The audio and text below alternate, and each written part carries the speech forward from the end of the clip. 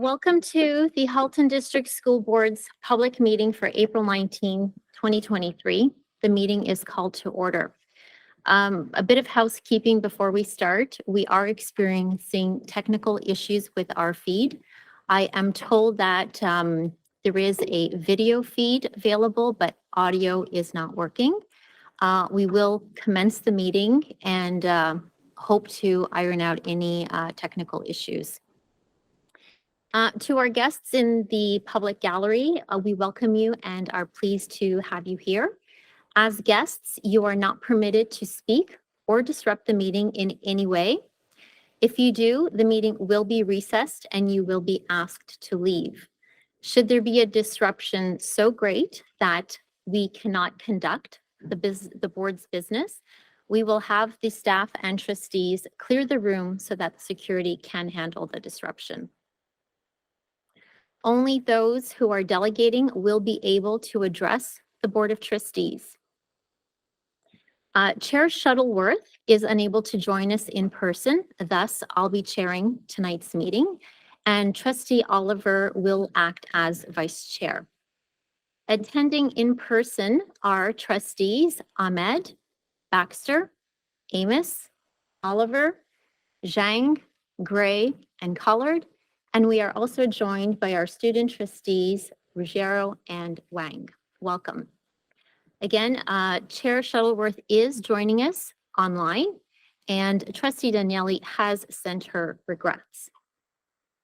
Director Ennis, please note which staff are in attendance. Thank you so much.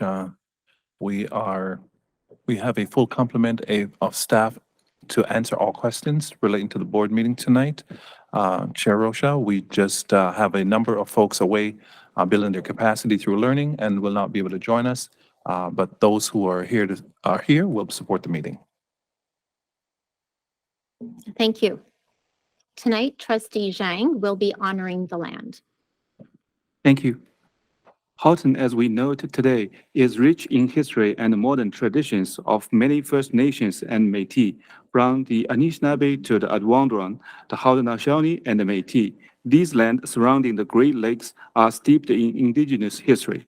As we gather today on these treaty lands, we have the responsibilities to honor and respect the four directions: land, waters, plants, animals, ancestors that walked before us, and all the wonderful elements of the creation that exist. We would like to acknowledge and thank Mississauga of the Credit First Nation for sharing their traditional territory with us. Thank you.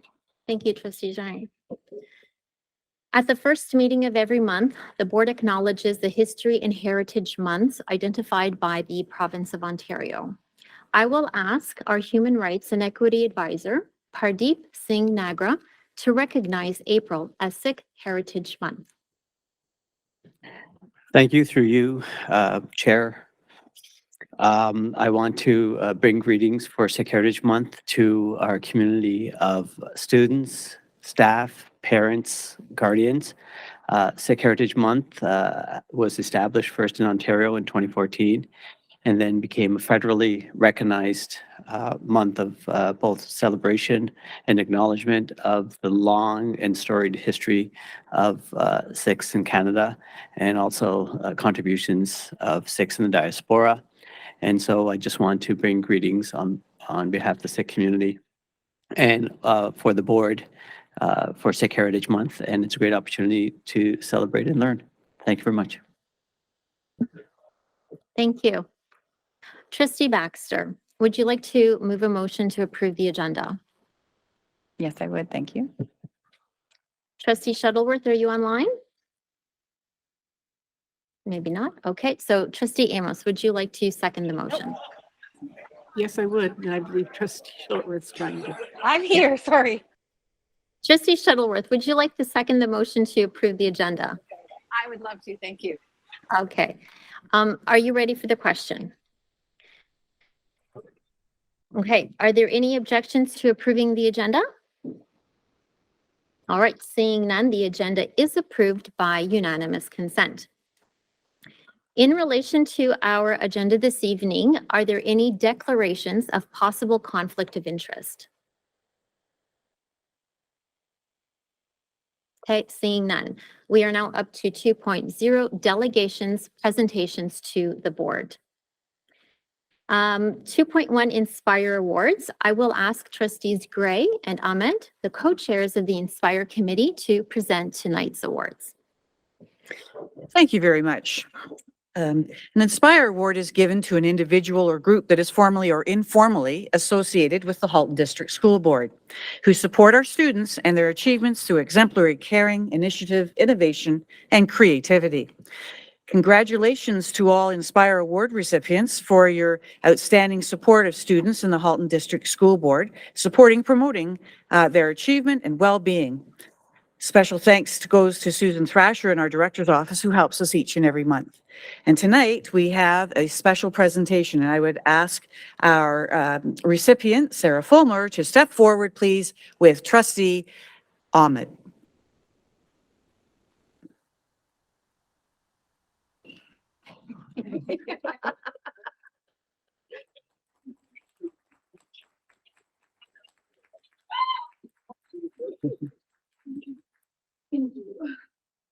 I lost the thing.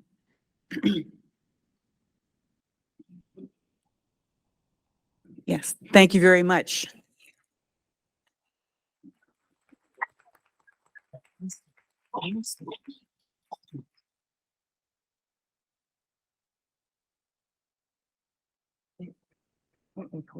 It was here.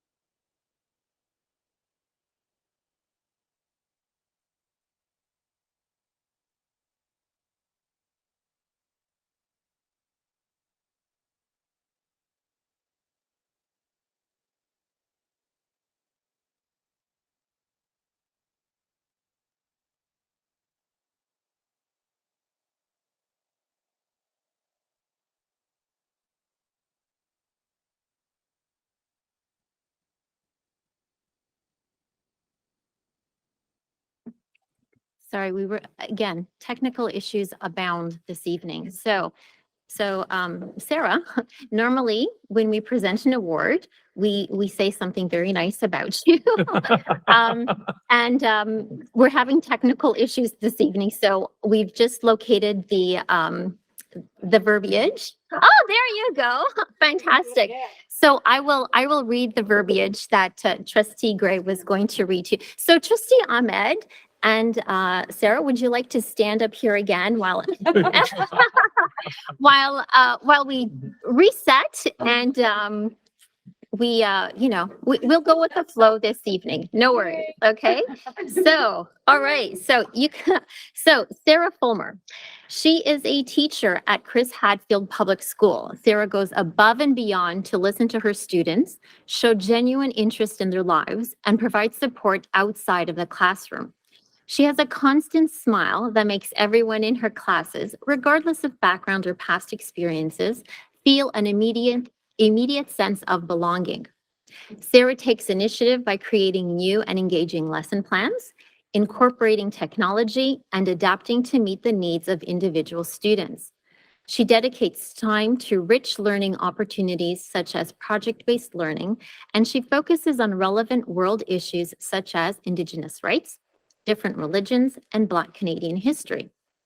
Sarah ran an equity club at recesses that she committed herself to fully, working with students to put posters up around the school to educate younger grades, create educational opportunities for other students in the school, and form safe spaces for every single person to feel welcome. She also ran a second club called Come and Be Yourself, a drama-free space in which students could spend time together during recess without worrying about conflicts outside of the classroom. Sarah supports her students by providing extra help, building relationships, and encouraging them to reach their full potential. Through all of these actions, Sarah is contributing to her students' achievement and helping them to succeed. Congratulations, Sarah. Thank you.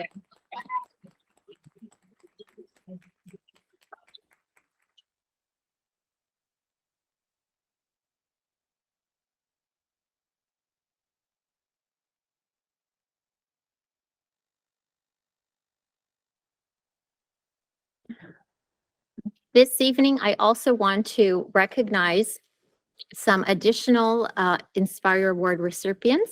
They will be awarded, well, they will be receiving their award at their local schools.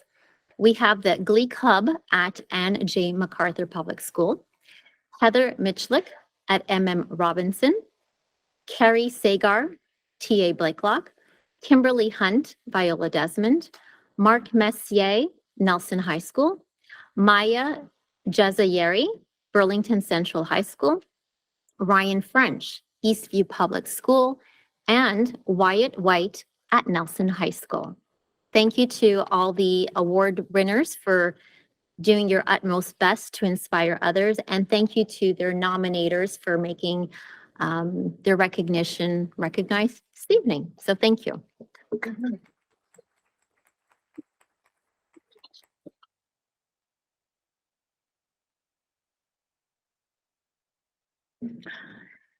We are up to 2.2 Student Trustee Report. Trustees Wang and Ruggiero, the floor is yours.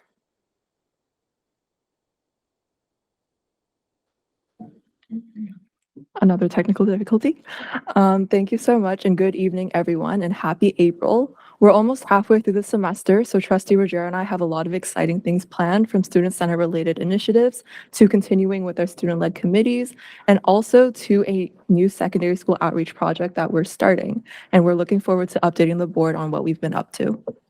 On April 4th, the HGSB Student Senate met with students from over 100 students from across the HGSB, alongside incoming student trustees, Sultan and Trina, to highlight the meeting theme of accessibility.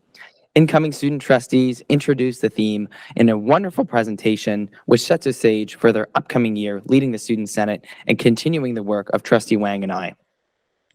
Senators also heard from the Environmental Subcommittee co-chairs about the relaunch of the Student Sustainability Leadership Award. The award seeks to recognize environmental leaders within the HDSB community and those who are an inspiration to others for climate action. The award will be given to current HDSB students or student clubs and groups through their demonstrated innovation, initiative, creativity, and for climate action, their inspired and involved impact they've had on others, and of course, its connection to the HDSB multi-year plan. More information on the award can be found on the HDSB website under the Environmental Leadership page. In addition, it was great to welcome for the first time Superintendent Taha and HDSB General Manager of Human Resources, Allison Vader Itapoto, who spoke about reporting systems in the HDSB, alongside Superintendent Gadet, who spoke about accessibility upgrades within HDSB schools. The senators left the meeting filled with new knowledge and insights to bring back to their schools, and we thank them for taking the time to meet with the Senate. We look forward to our next meeting in May at the HDSB Welcome Center, where we will be discussing mental health and recording clips for the new HDSB Student Senate video. So in relation to Senate, planning for HYLS this year has been well underway. Run annually entirely by the Student Senate, the Halton Youth Leadership Symposium, known as HYLS, is a conference where elementary attendees experience a day filled with workshops ranging from high school survival to public speaking, panels, keynote speakers, and fun networking breaks. From this conference, we hope they're able to engage with like-minded youth and learn skills from leaders around them. Huge shout out to our directors of operations, Sabrina Nadeem and Sasha Thomas, for leading this planning. And official information for this year's conference is starting to roll out, and we're happy to share that this year's HYLS will be back in person at Elsie McGill Secondary School on Friday, May 26th from 5 to 8 p.m. The HDSB Student Mental Health Task Force is meeting tomorrow to begin the process of developing a framework for the committee and establishing a transition plan once Trustee Wang and I end our terms. We seek to select a student leader who will be leading the committee going forward so the committee can operate separately from Student Senate and student trustees and focus on their mandate of supporting mental health strategy within the board. And almost 3 weeks ago, applications for the Student Equity Committee wrapped up. We're so excited to share that we received over 400 applications from students across the HESB in grades 4 to 12, with 171 of these applications coming from our junior category, consisting of grades 4 to 6 students, an age group often excluded from these kinds of opportunities and initiatives. While we'll only be selecting 24 students, we're really happy with the response we got and thank every person who has helped make this possible and every student who took the time out of their day to apply and be part of this journey. Connecting to the Student Equity Committee, thinking about the HDSB Human Rights Symposium, Trustee Wang and I met with System Principal Walker about beginning the process of rethinking the HDSB Human Rights Symposium for the 2023-2024 school year, with a focus on planning around students. We're looking to create a new event around new ways to engage students. The initial idea and brainstorming would be having the HDSB Student Equity Committee be at the center of the planning to ensure student voice and perspective is at the forefront. Thus, the committee is meeting in the coming weeks to develop an executive committee to plan the December event at the board, and we look forward to having the support and focus of incoming student trustees and the Student Equity Committee to relaunch and rethink the Human Rights Symposium. And another new initiative that we are taking underway. Inspired by our counterparts from the Toronto Catholic District School Board, Trustee Ruggiero and I hope to present a secondary school outreach report to the board by the end of our term, which will highlight the work of students across Halton and consolidate recommendations from students for the future. To bring this to life, Trustee Ruggiero and I will be visiting each of the 16 secondary schools and their student councils to enable them to share their work with us, such as events they've planned and fundraisers they've held, and also engage in a discussion on the experiences and concerns of students at their school. Student trustees are the direct representatives of students, and connecting with different school communities has been a priority for the two of us for this year's term. We hope that by taking on this work, we'll be bringing this role and the students this role represents closer together like never before. Overall, as Trustee Wang and I begin to wrap up our term, we still got a lot to accomplish. So we look forward to updating the board on our ongoing initiatives, and we're happy to take any questions.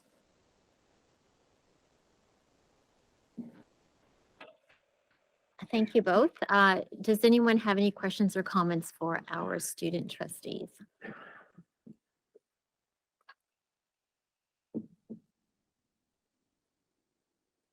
Okay, there's no one on the speakers list, but thank you for your very detailed report. I almost got tired listening.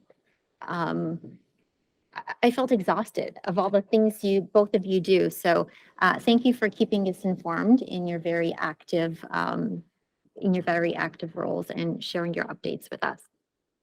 All right. We are up to 2.3 delegations, and this evening we have 2 delegations. Each delegate shall be allowed up to 5 minutes to present their delegation. I will be using the timer function on my phone, and I will give the delegators a signal at the 1-minute mark. Delegates must refrain from using derogatory language and from making statements that would personally identify individuals, including students, staff, community members, or trustees.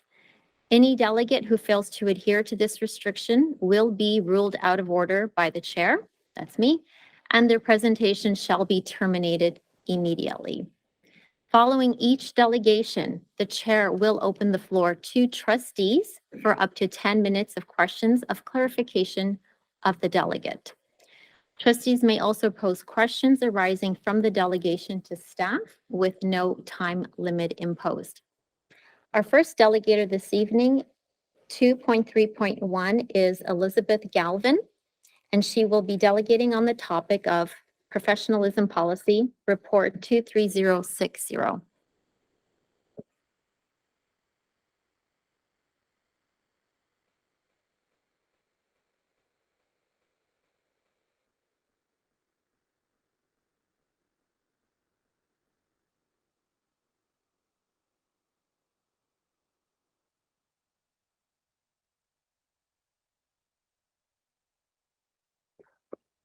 Can you hear me? Oh, Yeah. Okay, so let me know when you're ready to start and I will begin the timer. um, All right. thank you for this opportunity to express my thoughts on the professionalism policy and survey report. As a mother, community member, and former journalist, the Halton District School Board has successfully captured my interest and attention. Our educational institutions matter, and they require oversight and public participation to remain credible and uncompromised.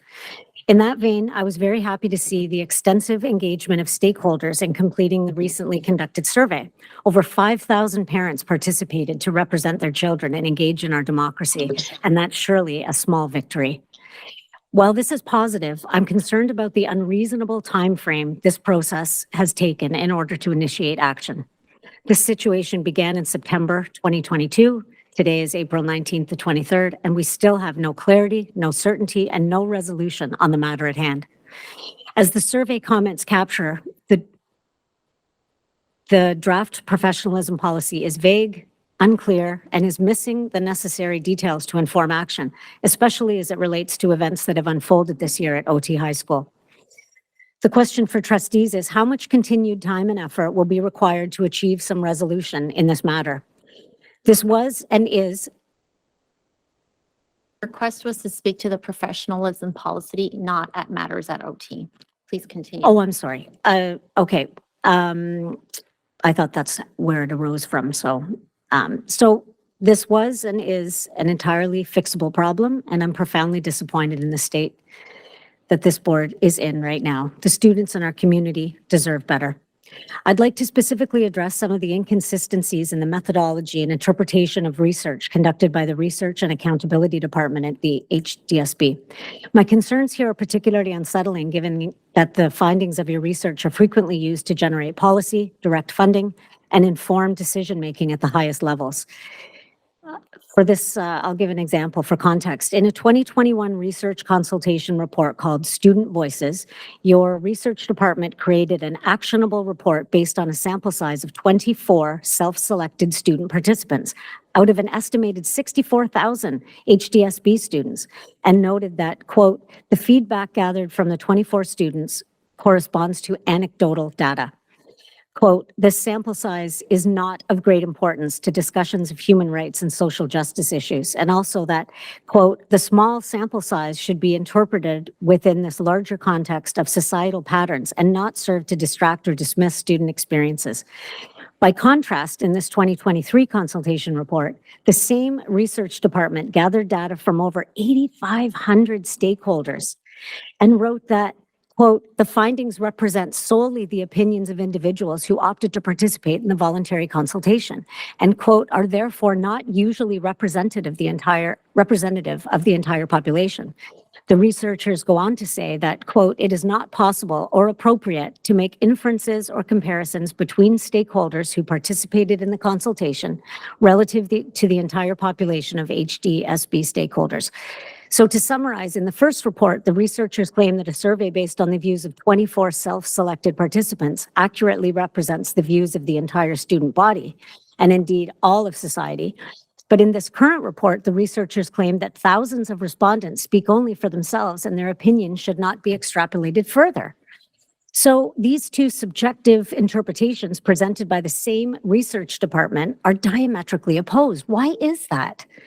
And given that all of the raw data for the current survey has not been publicly disclosed, both the context and intention of the department-selected quotes offered in the report are questionable.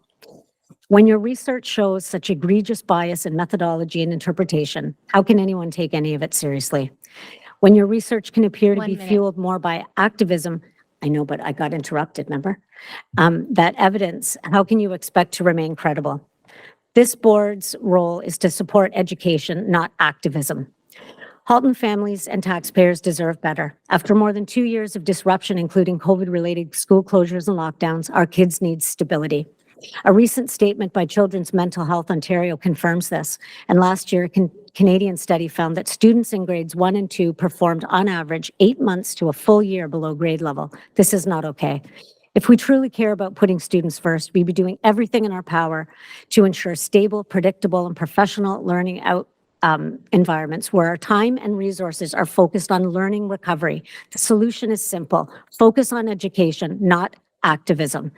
And by all means, bring in the support of others when needed. This board committed to retaining the services of a special advisor to help them refocus their efforts. What is the status of this, and what can parents and the community expect going forward?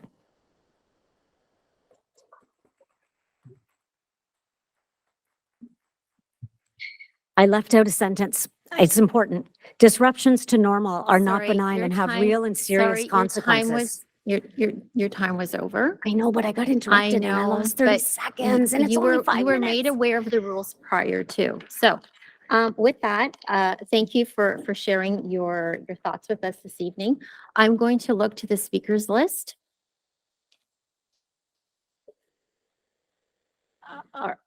Does anyone have any questions for me? That's what I'm doing. Oh, the speakers list. I have a Sorry, I speakers thought you meant list. like the next speaker. No, Sorry. I have a speakers list.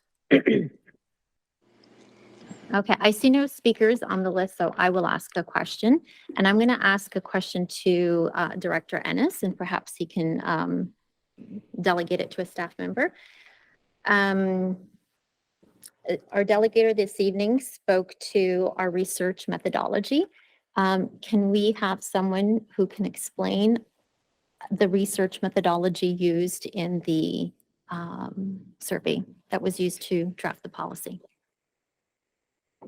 Thank you for the question, Chair Rocha. I'm going to ask Dr. Bichelle if she would speak to the methodology that was made reference by the delegate. Thank you very much. So the student voice report that was mentioned was based on focus group methodology. It was not a survey. And the reason that that particular quote was included, it was to provide a context within which not only the findings, but also the questions and the purpose for the research was conducted.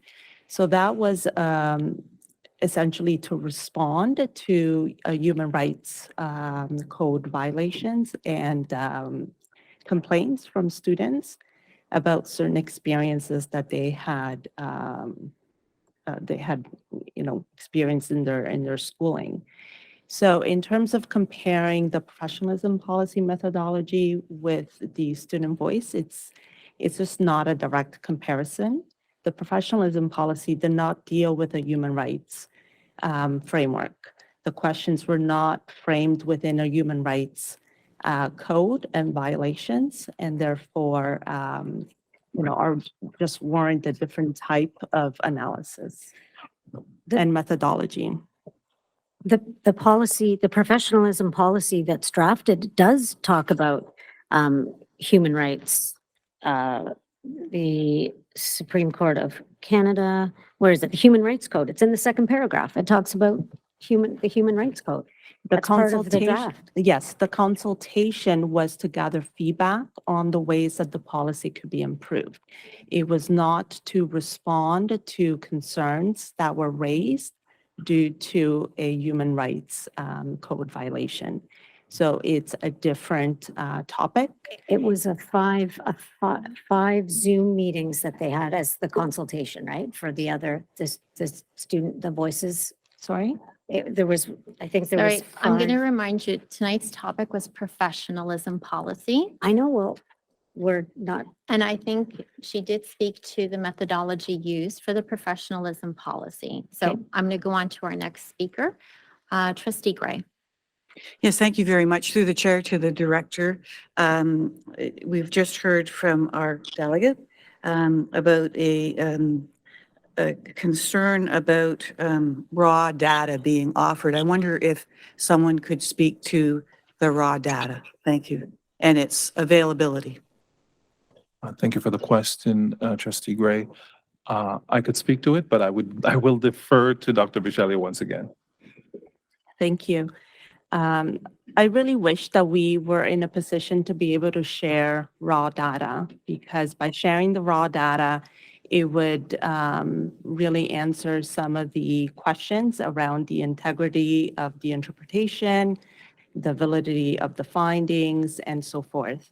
But from an ethical and professional standpoint, and even a legal standpoint, because we are, we do need to abide by information laws and privacy laws, we are not able to share the raw data. When participants were invited to complete the questionnaire, they were advised that only staff within the research department would have access to individual responses. They were advised that responses would be summarized in group format so that no individual respondent could be identified, that the Board of Trustees would receive summarized feedback for their consideration, and that the only time an individual response would be shared would be if a response contained threats of harm to self or others, under which circumstance the individual response would be shared with the respective authorities. So I'd like to clarify that those were the conditions under which the data was gathered. Those were the those were the promises that we made to the respondents. And now we have an ethical, professional, and legal obligation to abide by those promises. And I'll share that it's not that the raw data will not be released to the public or to the Board of Trustees. It will not be released to anybody, including Director Ennis or any of the staff as part of the admin council. So I just want to clarify that within the confines of what we made to our respondents, only the research department has access to the raw data. Are quotes that were, isn't that raw data? Is that raw data? The quotes that were, the various quotes that were in there? No, that's not raw data. Okay. Okay, I see, I will give everyone a few more seconds if you want to add yourself to the speakers list.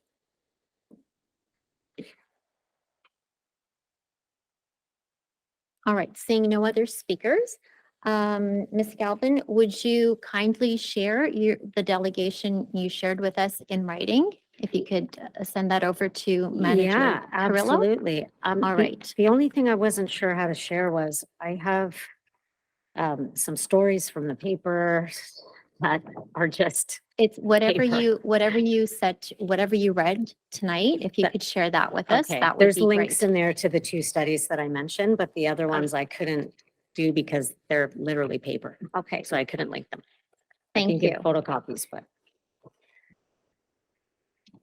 All right, Okay, thank you for thank you. coming this evening.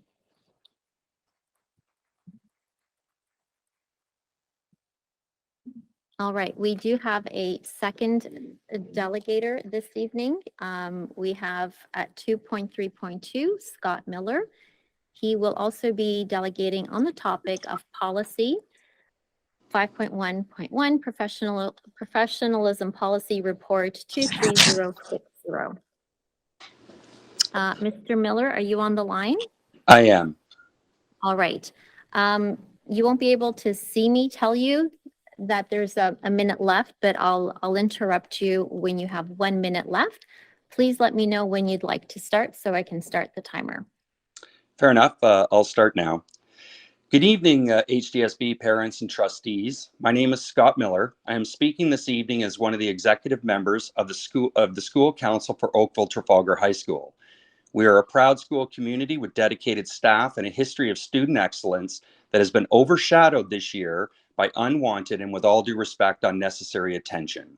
Our council had the opportunity to review the agenda for this meeting and the accompanying summary of consultation findings for the professionalism policy. We delivered a communication to the board earlier this week, and I wish to share some of that publicly. First, we are disappointed to see that the report that will be shared this evening includes no raw data from the survey results received from Halton parents, staff, and school councils. The report has instead included summaries and, in at least one case, inaccurate interpretations of the comments and feedback provided to the board on this important topic. The commentary appears to have unilaterally chosen and extracted out of context by the board's researchers and the report's authors. We note that of 7 comments extracted from school council responses to the board survey, 5 are drawn out of context.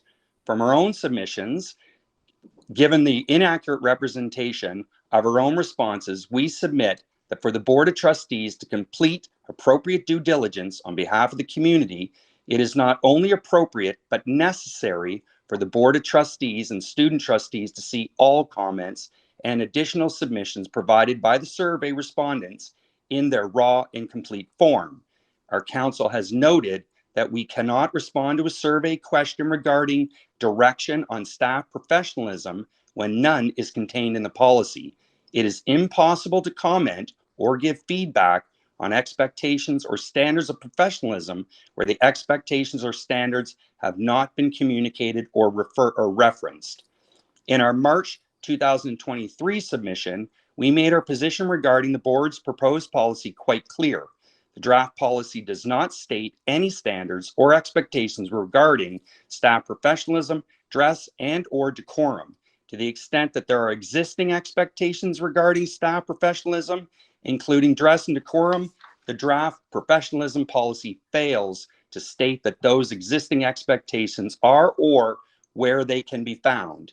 As such, it is unreasonable and, in fact, impossible for parents, staff, students, and school councils to be able to assess expectations that are not only clearly described, but are not present in the draft policy.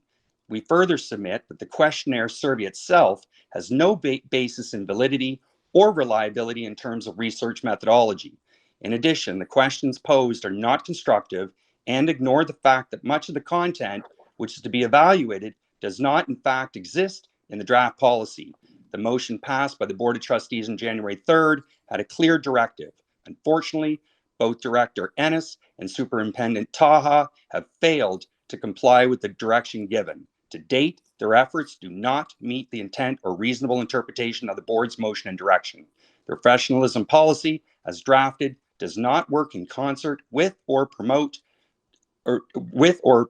this purpose or focus. In fact, to the extent does anything, it does nothing more than make factual statements while offering nothing meaningful for parents and students to comment or provide feedback on.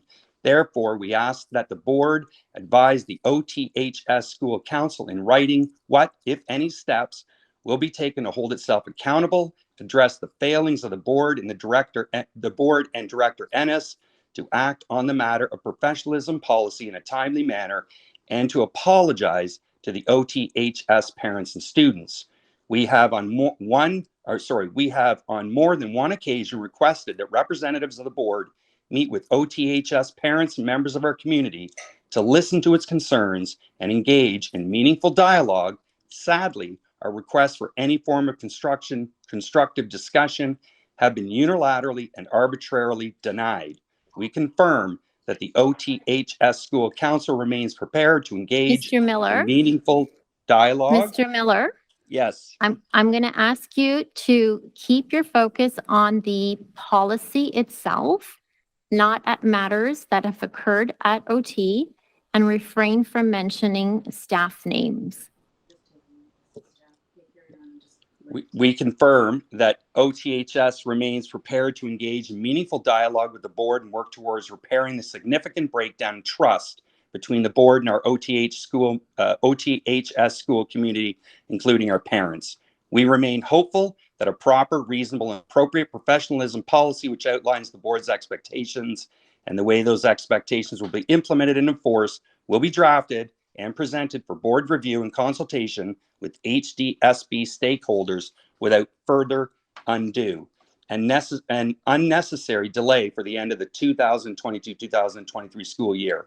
And we have convened a school council subcommittee to assist in that mandate. As OTHS School Council, our purpose is to improve pupil achievement and to enhance the accountability of the education system to parents. In addition, as parents of students at Oakville Trafalgar High School, our focus remains on supporting and enhancing the daily and ongoing experience of our children at OTHS and the Halton school system. Student achievement, safety, well-being, and promoting a positive school climate must be the primary guiding principles of our efforts. Our council awaits your timely response. Thank you.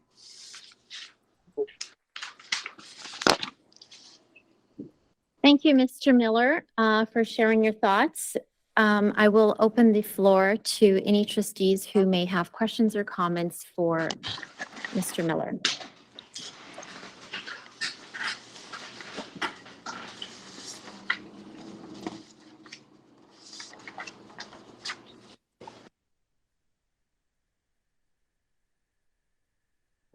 So there are no questions, but I do have a few comments. Mr. Miller, you spoke about the fact that there was no raw data, so I will not ask staff to respond again, as that was already responded to in the first section. And you also mentioned about specifics in the policy. With all our policies, there are never any specifics laid out in our policies. They are very high-level frameworks. It's only within the administrative procedures that you will see, I think, the level of detail that you are looking for. I also know that Superintendent Taha will be speaking later to the policy and will be able to address some of the concerns as to existing administrative procedures and policies. Okay. Thank you there very are- much.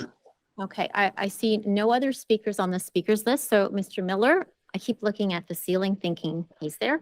Mr. Miller, thank you for your delegation this evening. Thank you. Okay. Point of clarification, if I may.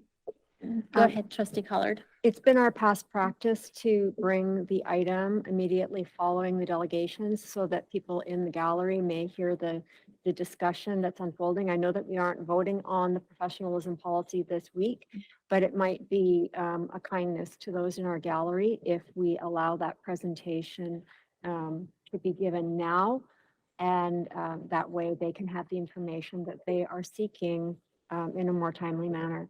So I am asking for an amendment to the agenda. Okay, Trustee Collard, thank you for that consideration. Normally, we would have made that consideration at the time of the approval of the agenda. We missed it. But I will consider your request and perhaps have the professionalism policy report moved up after the presentations we have this evening for the EDC policy and the EDC bylaw. Thank you. Would you like to put a motion on the floor to have the agenda approved? Yes, please. Thank you. All right, so there's a motion on the floor to revise the agenda so that the professionalism policy may be discussed immediately after item 2.4.2. So the motion would read, be it resolved that the agenda be amended so that item 5.1.1 be immediately, follow immediately after 2.4.2. Trustee Collard, would you like to move that motion? Yes, please. Trustee Gray, would you like to second that motion? Yes, thank you. Are you ready for the question? Okay.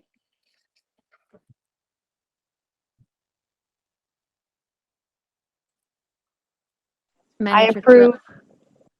Thank you, Trustee Shuttleworth.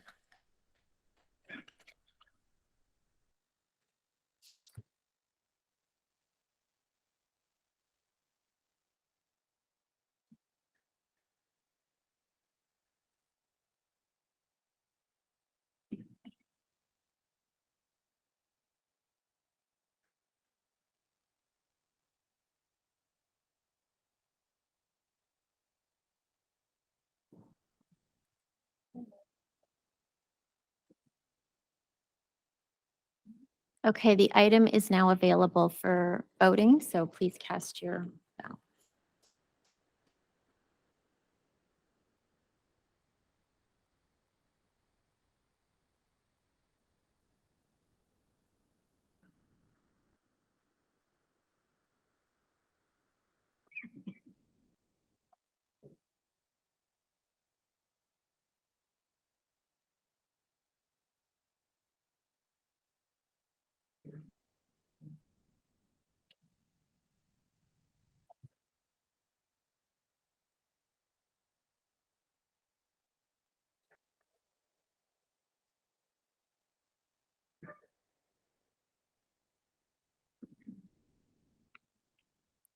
Yeah, are you able to say that?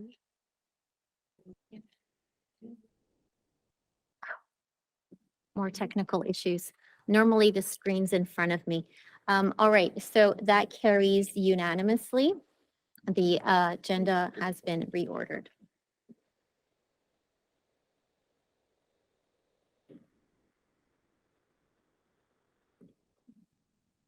All right, this next section is very long, so I need to have a drink.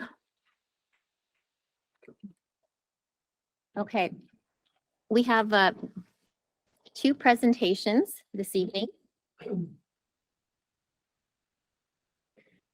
Okay, there we go. Okay. The Halton District School Board is proposing to enact an education development charges bylaw, which will apply to land in the region of Halton. The new bylaw is required because the current bylaw of the board will expire on July 3rd, 2023. The board will be conducting two public meetings this evening as part of the process of passing the new bylaw. The first public meeting will deal with a review of the current EDC policies of the board as reflected in its EDC bylaw. The second public meeting will address the proposed bylaw that the board anticipates passing next month. The Education Act, which is the legislation that governs EDCs, requires that the board convene the two public meetings before passing a new bylaw. The primary purpose of any board in implementing education development charges is to provide a source of funding for new schools. These are not funded by a grant under the province's funding model. The EDC calculation is based on new pupils that will be generated by housing units within the region of Halton, for which building permits will be issued over the 15-year planning period and for which additional school accommodation is required. The board has worked in close cooperation with the Halton Catholic District School Board in developing the proposed education development charges for each board. The Catholic Board held its EDC public meetings yesterday evening. We are seeking input from the public right tonight and will give consideration to their submissions prior to the passage of a new education development charges bylaw. In addition to the two public meetings being held tonight, school board staff, consultants, and legal counsel have convened two stakeholder meetings with representatives of the development industry and the area municipalities to inform them of the board's EDC proposal. As you may be aware, the board will likely be giving final consideration to the passage of an EDC bylaws at the board meeting scheduled for May 17, 2023. The board welcomes your input this evening. We will begin the proceedings with the policy review public meeting, followed by the public meeting for the proposed bylaw. The consultant and the lawyer for the board will make presentations in both meetings. Members of the public will also be invited to address the board after presentation related in accordance with the Education Act, Section 257.63, subsection 2. We will commence the presentations with Jack Amendolia of Watson and Associates, the board's economic consultant, and Brad Teichman of Overland LLP, the board's legal counsel. Mr. Amendolia will address item 2.4.1 EDC policy review. Go ahead. Thank you to the chair and nice to see everyone tonight. So the first legislated public meeting that we're going to have deals with the existing EDC policies of this existing bylaw that continues to be enforced. So we met several weeks ago, talked a little bit about the EDC, the upcoming renewal, and we spoke a little bit about some of the policies that are inherent within an EDC bylaw. The important thing to remember when I talk about these EDC policies is that they differ from a typical board policy. It's not a transportation policy or a boundary policy, but they're policies that are contained within the EDC bylaw only. So just to get started, a little bit of a refresher when we talk about an EDC or an education development charge, what are we talking about? Really, it's a development charge imposed under a bylaw respecting growth-related net education land costs that are incurred or proposed to be incurred by a school board. But what does this really mean? Really, what we're talking about is it's a rate that's applied to new housing.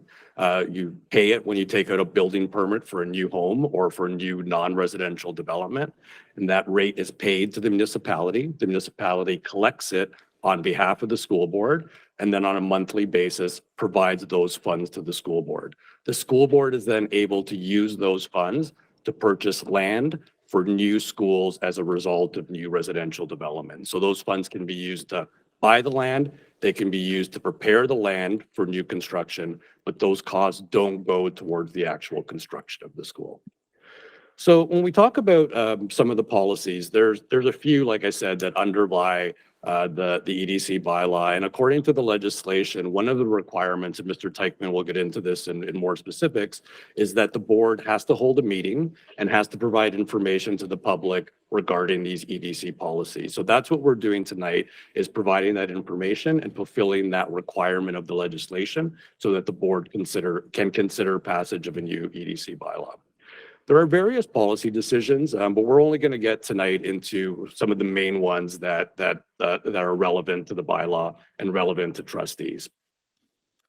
So the first one I want to talk about has to do with exemptions. So there are built-in exemptions to the EDC bylaw.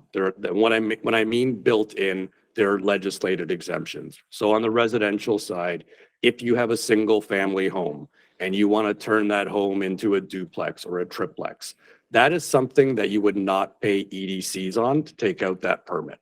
So that's built into the calculation. It's legislated, the board has to do it, and we account for it in the calculation. Another example on the non-residential side is if you're an industrial use, you can expand up to 50% of your original gross floor area. That is exempt from paying EDCs. But again, we calculate that into the charge. And when I say we calculate that into the charge, what that means is it's not a revenue loss for the board. The rate accounts for it.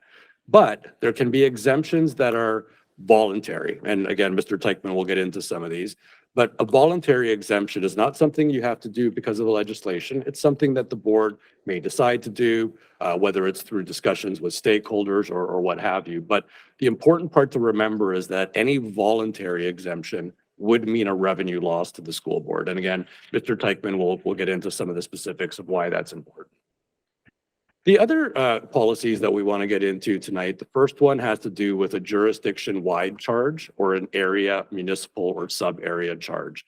So what this refers to is where the charge is applied. So right now, your board's charge is applied in a uniform basis across the region of Halton. So whether you take out a building permit in Burlington, or Halton Hills, or Milton, or Oakville, you are paying the exact same charge. The legislation allows for area-specific charges, but those are few and far between in Ontario, very unique, very limited examples. The vast majority of EDC bylaws are applied exactly like yours on a uniform basis. The second one that we talk about, second policy, has to do with residential development versus non-residential development. So I just mentioned a second ago that you either take out a permit for a new home or you may take out a permit to build a commercial center. Both have EDCs attached to them. What the legislation says is that you can allocate anywhere from 0% of your EDC costs to non-residential all the way up to 40%. The average in the province is around 10 or 15%. Largely negotiated over the last couple of decades with EDC stakeholders. Your board's residential, non-residential split is 85% residential, 15% non-residential, right in the wheelhouse of the average across the province. And to date, we have not heard much from stakeholders with regard to changing that allocation. And the last policy I want to speak about tonight has to do with uniform charges for all types of development versus a differentiated charge. So what this policy refers to is different types or classes of units. So you can build a single family home, a semi-detached home, a townhouse, a condo. In this bylaw, no matter what type of development you build, again, the rate is uniform. So it's the same for a low density as it is for a condo. If the board chooses, you can get into a differentiated rate, which means typically a low-density house would pay more and a condo would pay less. Right now, again, for your context, all of Ontario existing EDC bylaws are applied the same as yours at a uniform rate. No board has elected or selected to go with a differentiated rate. And again, inherent in all of this policy discussion, what's important to note for the trustees and for the public is that it doesn't necessarily change the magnitude of the charge or the rate of the charge. It changes how you may collect the charge.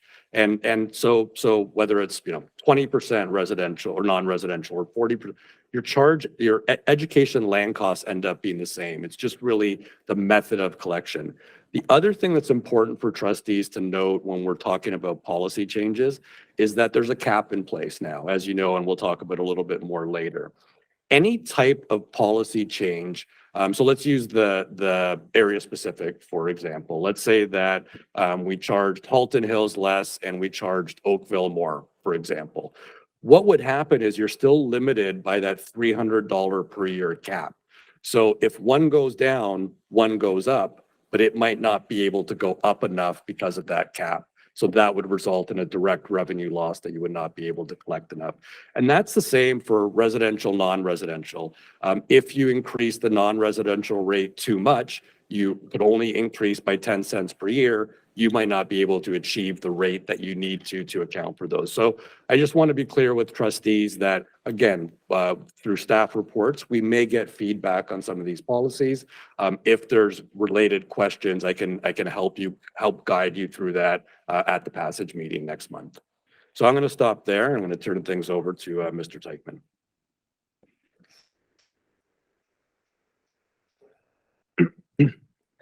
Thank you, You're Madam Chair. talking on the same topic, correct? I am. Okay. I am. I just wanted to give board members a high-level understanding of what the legal requirements are that have to be satisfied before the board can pass an EDC bylaw. Holding this public meeting this evening is one of them, the policy review public meeting. There's a second public meeting scheduled after this one that deals with the background study that Jack prepared, as well as the contents of the bylaw. So the legal requirements are holding these two public meetings, giving the public advance notice of them, and an opportunity to address the board. If anyone here who's interested in the EDCs, Jack and I don't usually attract a crowd like this, so we'll take whatever we can get. And the third requirement is ministry approval of a number of the assumptions that underlie the bylaw. We'll hear the assumptions and what those assumptions are from Jack in the second phase of the public meetings. So those are the three requirements.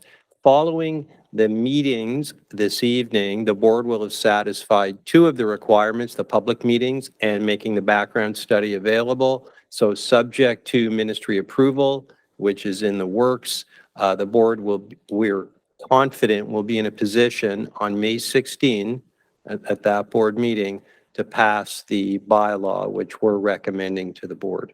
Thank you.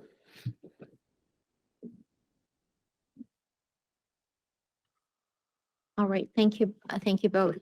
I would ask delegates who have indicated a desire to speak to come forward in turn and let us have their views on the EDC policy review.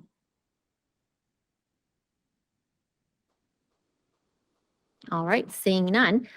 Trustees, are there any questions of the presenters on the topic of the EDC policy review?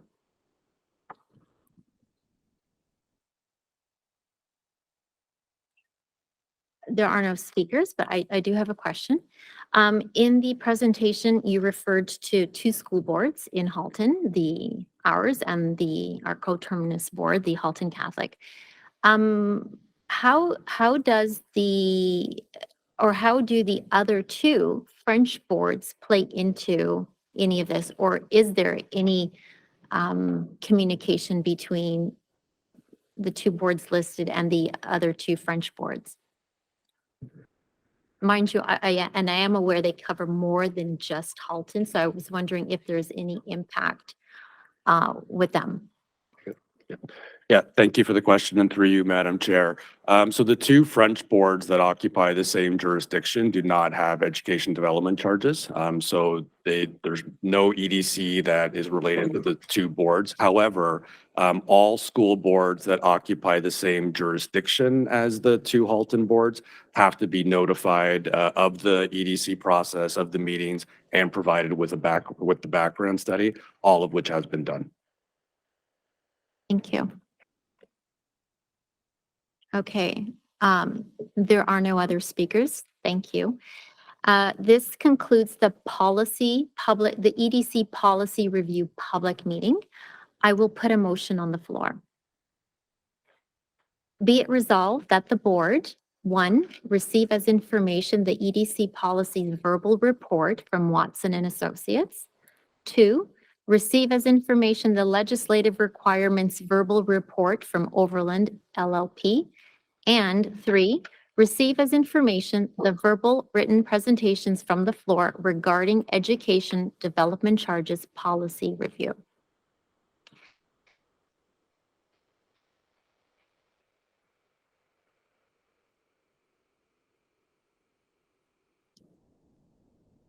Second.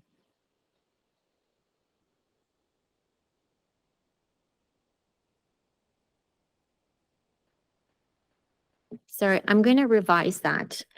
Seeing as how we had no one delegating on the topic, please strike the third item that I read from that motion. So I don't know. I'm not sure if the motion was up. So the motion, I'll just repeat it in its entirety. Okay. So let me start. Be it resolved that the board, 1, receive as information the EDC policy's verbal report from Watson Associates, and 2, receive as information the legislative requirements verbal report from Overland LLP. Trustee Zhang, would you like to move this motion? Yes, I would. Trustee Collard, would you like to second? Yes, thank you. All right. Are you ready for the question?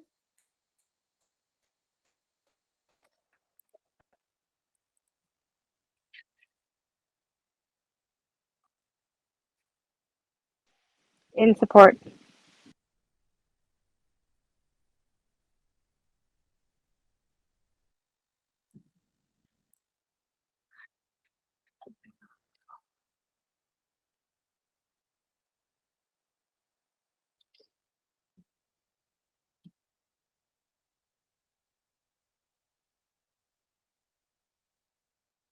Trustee Ahmed has left the room, so let the record show that Trustee Ahmed is not available for voting.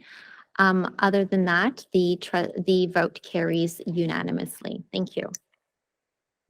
So I call the policy review public meeting adjourned. Now, we will commence the public meeting concerning the proposed EDC bylaws and the background studies. During this public meeting, we will be inviting our consultant to give us an overview of the process and methodology supporting the proposed EDC bylaw and the charges. We will also be asking our lawyer to explain briefly the text of the bylaw, which is found in the background study. Mr. Teichman, we'll do this formally. Mr. Brad Teichman of Overland LLP, the board's legal counsel, can you please make a presentation of item 2.4.2, proposed EDC bylaws? Thank you, Madam Chair, and through you. I'll just speak briefly to how the proposed bylaw works. The proposed bylaw is very similar to the current bylaw and the bylaw before that. The bylaw proposes a charge on residential and non-residential development. The charge on residential development is imposed on the basis of a per dwelling unit charge. So for every dwelling unit, a charge is payable. A dwelling unit is defined generally as a room or suite of rooms that contains both kitchen and washroom facilities. So if you picture a self-contained house, an apartment unit, townhouse, that'd be 2 units. That's a dwelling unit. The charge will be payable on that. If it's 1 dwelling unit, there's 1 charge payable. I just said a semi or a duplex, that could be 2 or 3 units, so 3 charges are payable. If it was a 100-unit condominium, 100 units, 100 EDCs would be payable. For non-residential development, the charge is calculated on a per square foot basis. Outside measurements, and that's only for non-residential development. That's everything, that would include everything but residential. So per square foot, and we'll hear what those charges are from Jack momentarily. The charge is collected by the area municipality upon the issuance of a building permit for a building or structure that's residential or non-residential. There are limited exemptions available under the bylaws. We heard before there's statutory exemptions, which the province has mandated, have to be incorporated into the bylaw. And then there's discretionary ones, and they have different impacts. And we heard from Jack before what the different impacts are on the collection process. But I thought trustees might be interested to know in a general way what type of exemptions are available. So under the bylaw as proposed, and these are similar to the current bylaw, here's what's exempt. The region, an area municipality, another school board, those are all mandatory. A public hospitals are discretionary. It's a good reason why they're exempt. They need the money for the useful health services they deliver. Here's a couple of discretionary ones. A place of worship, a cemetery or burying ground, as well as Metrolinx, facilities constructed and owned by Metrolinx. But Metrolinx is really not discretionary because it's a crown agency of the province, so it would be exempt. But there's a number of new exemptions that the province implemented in 2019 that these uses, the boards have to exempt: a private school, long-term care home, retirement home, a hospice or other facility that provides palliative care, child care center, and a memorial home, which is operated by the Canadian Legion. So those are exempt, as well as colleges of applied arts and technology, universities, and properties owned by Indigenous institutes. The final exemption, which is discretionary, is non-residential agricultural buildings. So the thinking was, and it's always been the thinking, that farmers have a pretty tough go of things. So their buildings that they erect for farming purposes, but not their homes, the buildings they erect for agricultural purposes are exempted. And we think that makes sense. The bylaw will have a 5-year, the proposed bylaw will have a 5-year term. That's obviously subject to board approval when I say that. That's the maximum term permitted. It's open to the board to amend the bylaw during the course of the 5 years or repeal it sooner and pass a replacement bylaw. We're proposing the way the bylaw is drafted, that the new bylaw come into force on June 1st. And to put that into context, the current bylaw, the term will run until the close of business on July 3. But we've said, because the board will be passing the bylaw on May 16, it should come into force on come into force on June 1st, which would give the area municipalities a couple of weeks to retool for the new charges and get ready. And on the day the new bylaw comes into force, if it's June 1st, then the current bylaw would be repealed on the same day, so there'd only be one bylaw. And just for the board's information, as I said, the current bylaw, the term of it is good until July 3. So if the board is not happy with a June 1st in-force date, there's a bit of flexibility until June 3rd. So anytime up to June 3rd would be good. You can't let it run further than that because the board will not have a bylaw in place. Starting July 4, there would not be a bylaw. So that's our recommendation on the terms of the bylaw, and staff and Mr. Amendolia agree with us on what we're recommending to the board. Thank you, Madam Chair. All right, thank you. I would ask now delegates who have indicated a desire to speak to come forward in turn and let us have their views on the proposed EDC bylaw. All right, seeing none. Trustees, are there any questions of the presenters? Madam Chair, I'm sorry to interrupt. I'm sorry to interrupt, but Mr. Amendolia has an important presentation to make on the charges and the calculation that underlies the charge in this meeting. All right, go ahead then. Okay, thank you. So the presentation now is dealing with the proposed new bylaw. So it's going to look at, we're really going to focus on the assumptions that underlie this new bylaw. So again, right now, the existing charge, and this will be relevant to when we see what the proposed bylaw is, but the existing charge on the residential side is $5,792 per residential unit. On the non-res side, it's $1.41 per square foot of gross floor area. And you can see if you look at the chart at the top, the charge was amended in 2021 to $51.92. And you can see that it's gone up, what I was talking about earlier, this $300 annual maximum increase and 10 cent on the non-res side, maximum annual increase. So you can see that it went from $51.92 to $54.92 to $57.92. You are now in that last year of the bylaw, and that's your existing charge. And on the non-res side, it started at $1.21 and then 10 cents per year up to your existing charge of $1.41. So Mr. Teichman went through some of the main elements, and I did as well in my policy review presentation. So I'll be fairly brief here, but I think the important thing to take out of this slide is that when we talk about education development charges, they are responsible or revenue related to land costs only. So I mentioned that it's not costs that go towards the construction of the new school, just the purchase of sites and the preparation of those sites. We talked about, the question regarding the French boards, and they don't have any EDC bylaws. Why? Because many boards in Ontario do not. You have to meet an eligibility trigger to qualify for an education development charge bylaw. You have to have 5 years of projected enrollment on either the elementary or secondary panel to be greater than your board's permanent bricks and mortar capacity.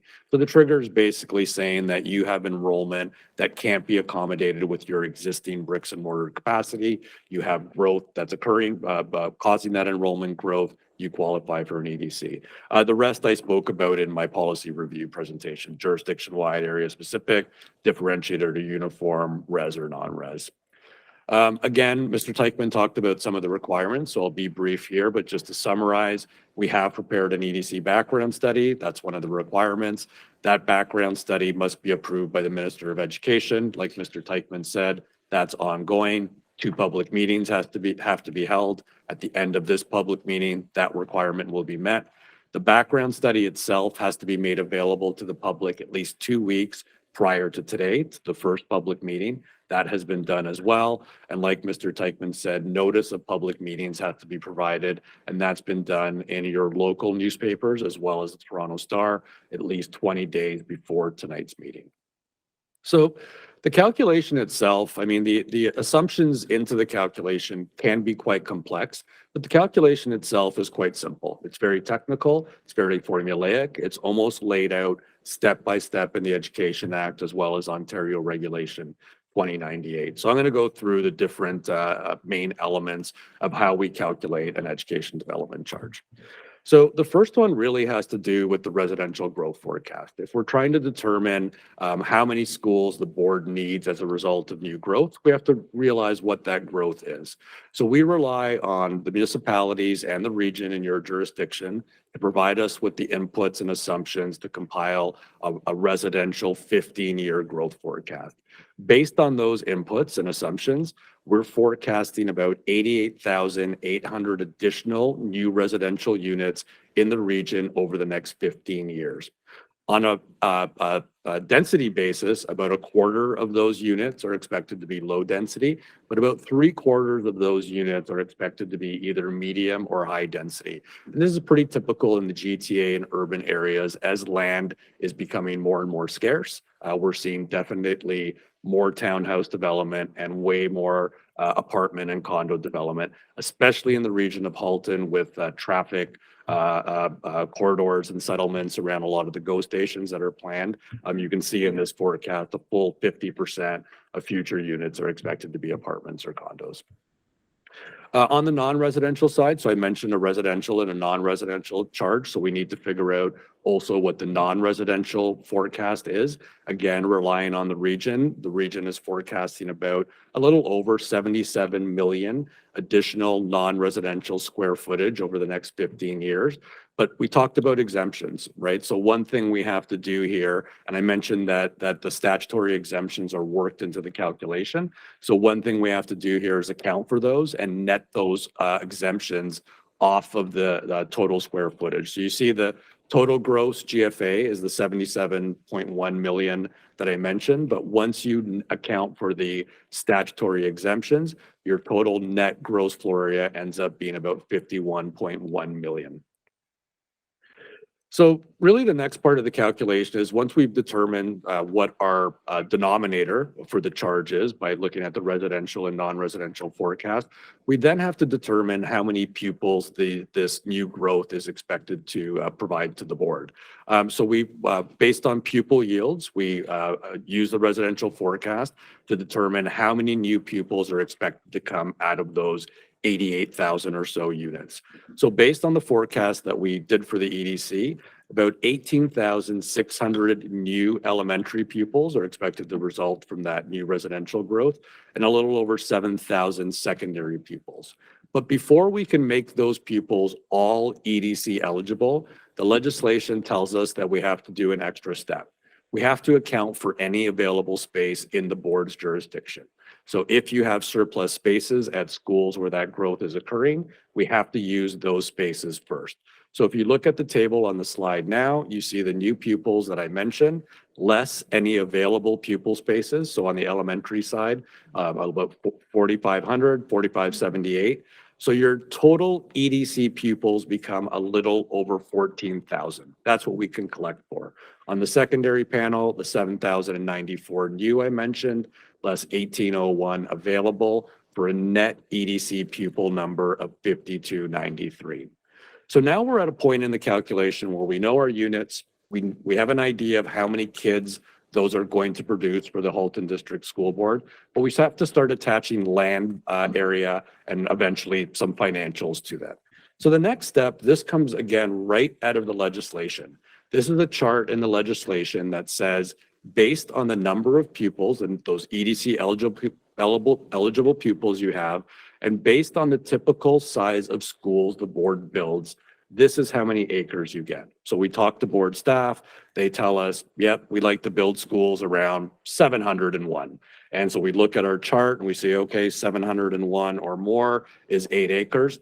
That's how many EDC eligible acres you are able to charge for. And you keep going until you exhaust your EDC pupils. So now we know units, we know pupils, we know numbers of schools and how big those schools are going to be.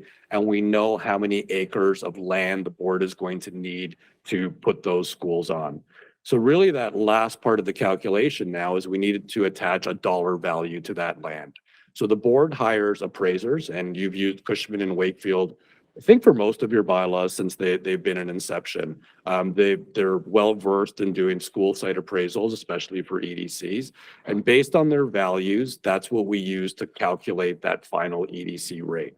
So if you look at the table on the chart on the slide now, in Burlington, average per acre value is about 3.8 million.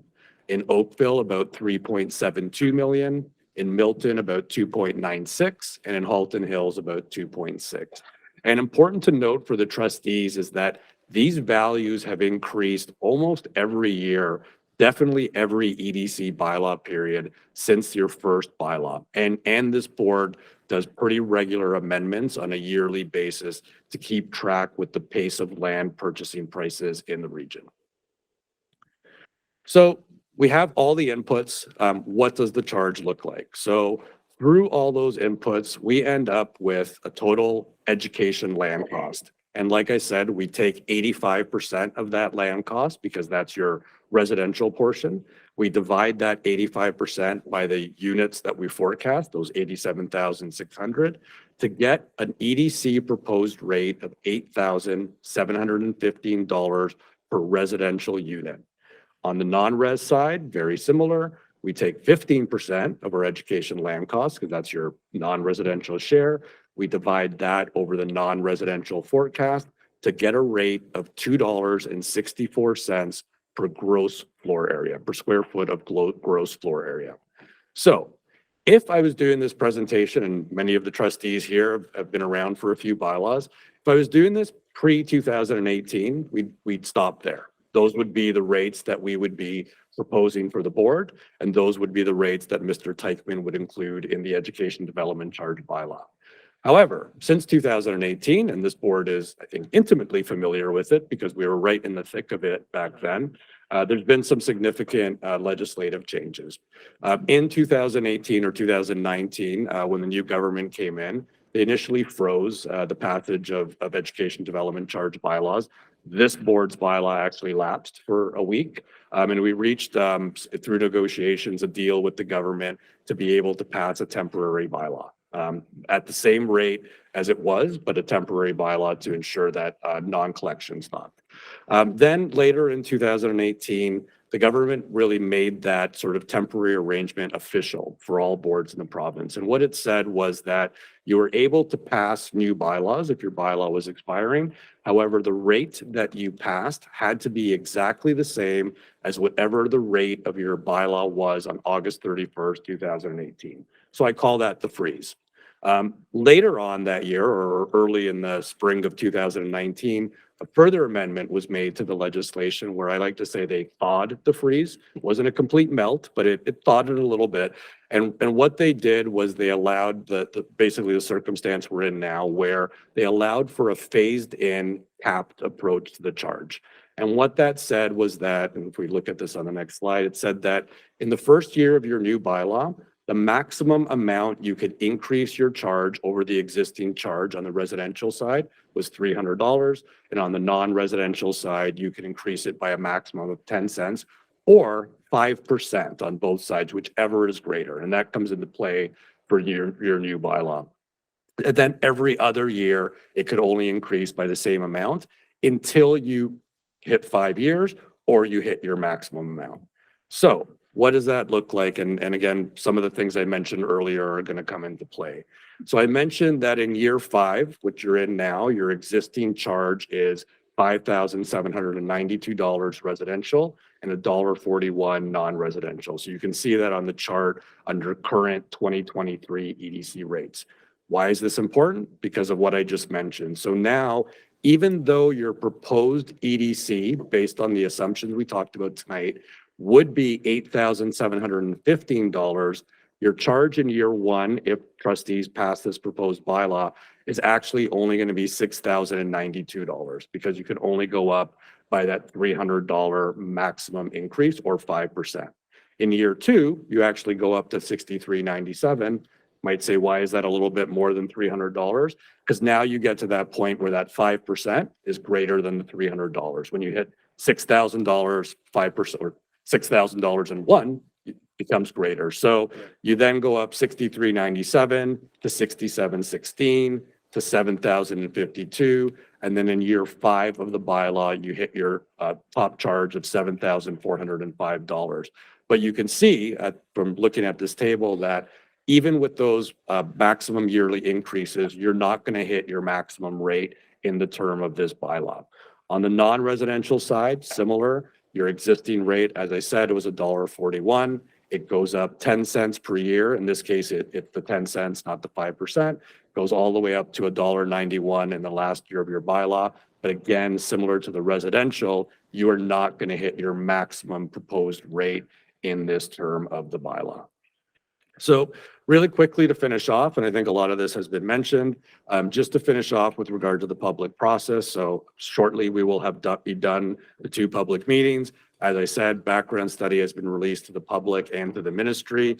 The boards have corresponded with stakeholders throughout this process. We've had 2 stakeholder meetings outside of the legislated public meetings we have to hold, one early in the process and one a couple of weeks ago. And we continue to encourage feedback from stakeholders, and we do expect to keep hearing from them over the next couple of weeks.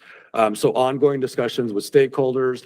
We have talked with the Ministry of Education recently, very positive feedback on the studies. So like Mr. Teichman said, we expect approval hopefully to come shortly. Traditionally, we've received approvals the day of bylaw passage.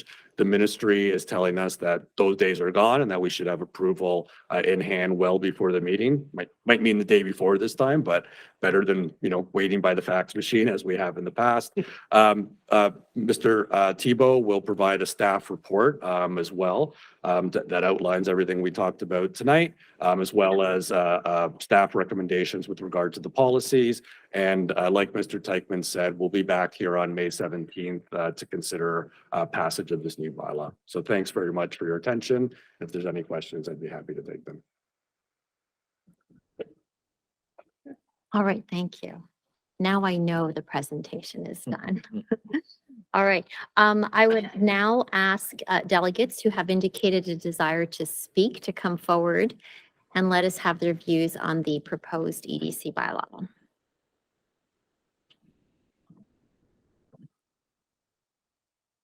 All right, seeing none. Trustees, are there any questions of the presenters? And I will look to our speakers list. All right, we do have a speakers list. Trustee Gray, you're up first. Yes, thank you very much through the chair. If we could return to slide number 7, please.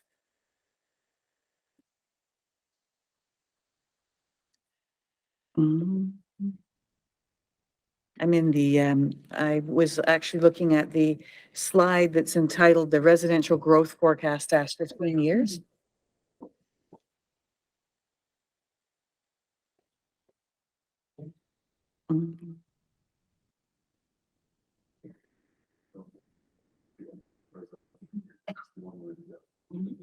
That's the one, yes. And been following the Stop Sprawl Halton groups that are very much in line and discussing all of the plans and the region of Halton plans going forward. And I know the government's position on growth.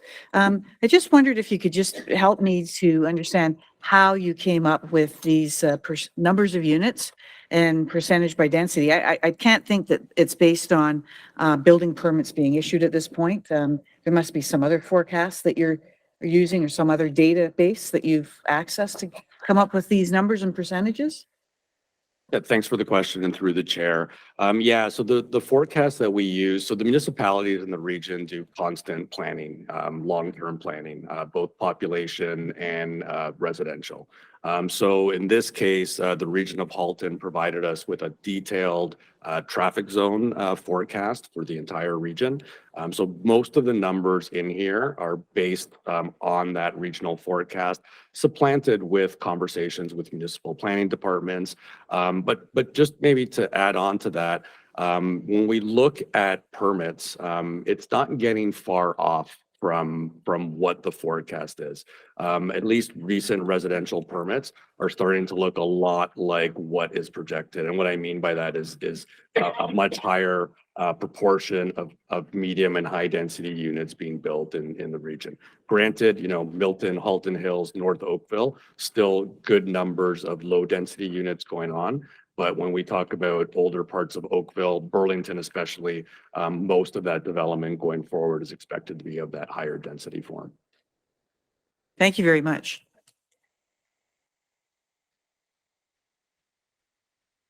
Thank you, through you. Thank you very much to both of you for your presentations. And I think they've gotten more understandable over the years. So thank you for simplifying them. I know that we received a letter from BILT saying that they were following the process, and thank you for including them and all that. Do you anticipate any the stakeholders coming forward at any point with any concerns? I mean, from what I understand, we are following the consistent pattern at what we've done in the past to the maximum that we can. So there really isn't any change in what we are doing as a board. So I would believe there shouldn't be, but I just wondered if you had any idea of any. Yeah, sure. Thanks for the question. And again, through you, Madam Chair. It's a good question. I mean, I wish I knew the answer to it. I would always, and you make some really good points. I mean, we've dealt with, at least from Build's perspective, the same kind of core group of people analyzing these studies for many years. They have a good understanding of the study. We have a good rapport and good communication and relationships with them. So I'd agree with much of the sentiment that you described, that I guess I would be surprised if there were significant issues with the background study. But I would still expect some feedback. I would still expect some questions. I would expect some comments of clarification. So I would expect something from them in the next couple of weeks. All of that said, I mean, it's the maximum rate is the maximum rate. And it's pretty clear that the board is not collecting anywhere close to what it actually should. So perhaps the scrutiny or the questions are lesser because the $300 is what it is. The 10-cent increase is what it is. So I don't know if that's a great answer. I tend to agree that I wouldn't expect huge material things, but I would expect some feedback. Thank you. I appreciate that. Maybe just to add for you, Vice Chair, to Trustee Amos. As part of the background study, we did incorporate a number of new sites based on the new regional forecast. So that's another rationale as to why some of the rates have been increasing. It's not just land escalation values. It's also a number of sites that have been added with new development areas, both in Milton, Oakville. But more importantly now, as you're seeing in this chart, we're seeing a lot of intensification areas. So we're now getting to the point where we're looking at these alternative projects and these more urbanized school environments that we'll be seeing within the next 10, 15 years. And those come with more expensive sites as well. So further to that too, we are also exploring alternative accommodation projects as Mr. Amendolia had discussed at the March 22nd meeting. So that's a new consideration. And, Build could look at those and because it's new and it's different, that we're looking at high density needs and that yield has changed. I'm sure there's going to be discussions in and around that. We've had preliminary ones, but I just want to prepare that might be something that is brought up. Equally, that might also be something that the ministry is looking at because that, albeit our process has been very consistent and the same. We're now in that shift where we're starting to look at our higher density yields increasing and kind of that proportionate share of students for these types of units is shifting less primarily in the low density, but now it's kind of spread throughout. So that's an ongoing trend. And I think that's maybe where we'll see some scrutiny. So, and that's what we're expecting. Yeah, nothing further to that. Thank you. All right, Vice Chair Oliver. Thank you. Through you, Chair. I have a question about the proposed phase-in of the EDC rates. The table that shows what the maximum rate is and the annual increases. And I understand that the maximum rates are proposed rates in the EDC background study, but I'm wondering how the annual increases were determined or agreed upon. Thanks for the question. And again, through you, Madam Chair. So the annual increases are limited up to a maximum of $300 per year. So you basically go up or 5%, the greater of which, pardon me? Yeah, under the legislation. So the legislation dictates how you can increase annually. So again, it's based on your current rate. So whatever your last EDC rate is before you pass the new bylaw, the legislation then says you could only go up by a maximum of $300 or 5% of that existing rate each year. And on the non-residential side, it's 10 cents per year or 5% as well. Okay, and to follow up, the legislation that you're referring to, is that something that's been in place for a long time, or is this a new change that happened? Yeah, thanks for the question again, and again through you, Madam Chair. So those were the changes, if I maybe go back a slide here. So those were the changes that largely resulted in 2018, 2019. So those were new changes to the legislation, to the regulations that, like I said, first froze the charges. That was the first legislative change. the next legislative change implemented that maximum yearly cap rate.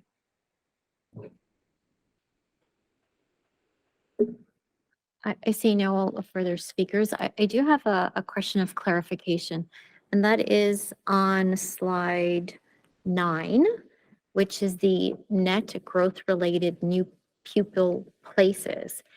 The year, what is the year span for that? Is that 23, 24 to 37, 38? Yeah, again, thanks for the question. All the EDC forecasts contained in the background study are all based on 15-year forecasts. So the units, the projections, the new pupil place, all based on year 15. Okay, and then one other point, just of clarification. I know I've heard both of you say May 16 and May 17 for our board meeting. So the Halton District School Board, our meeting is May 17th. Yeah. The Catholic Board is on May 16th. So I just wanted to clarify that one. Sorry about that. Yeah, no worries. All right, seeing no further questions. Thank you so much for, oh, sorry, Fred. And just for a quick note through you, Chair Rocha, the report that's attached tonight as item 5.1.2 reflects this information, so we won't be going over it again, but if you want to go over it in more detail and go over some of what was discussed by Mr. Amendolia and Mr. Teichman, you're free to do so, and it also attaches the full of the background study if you're looking for your respective areas on what you're expecting for your particular sites in the areas that you represent, especially in Burlington, which is new for this round. So there is something happening in Burlington. I encourage you to look at that as well. And if you have any questions with relation to those sites, I'd be happy to answer them at the next meeting or beforehand. All right, thank you. I want to thank Jack Amendolia, Brad Teichman, and General Manager Tebow for your presentations this evening. That concludes the second public meeting. I will put a motion on the floor. Be it resolved that the board, 1, receive as information the methodology and proposed charges verbal report from Watson and Associates, and 2, receive as information the legislative requirements verbal report from Overland LLP. Trustee Baxter, would you like to move this motion? Yes, I would. Thank you. Trustee Amos, would you like to second? I'd be honored. Are you ready for the question? Okay.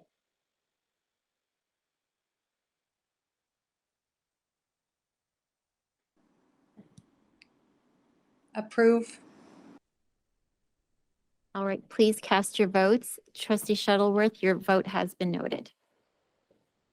Thank you.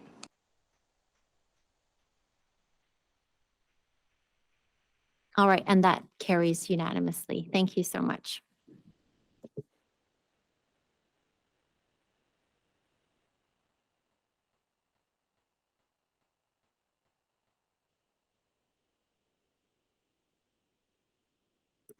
I'm going to call a short recess because we have been in here for a while. It is currently 8:56. The clock on the wall is incorrect. If everyone can return, and we will resume. And the first item when we return will be the professionalism policy. So if everyone can be back by 9:05. Thank you.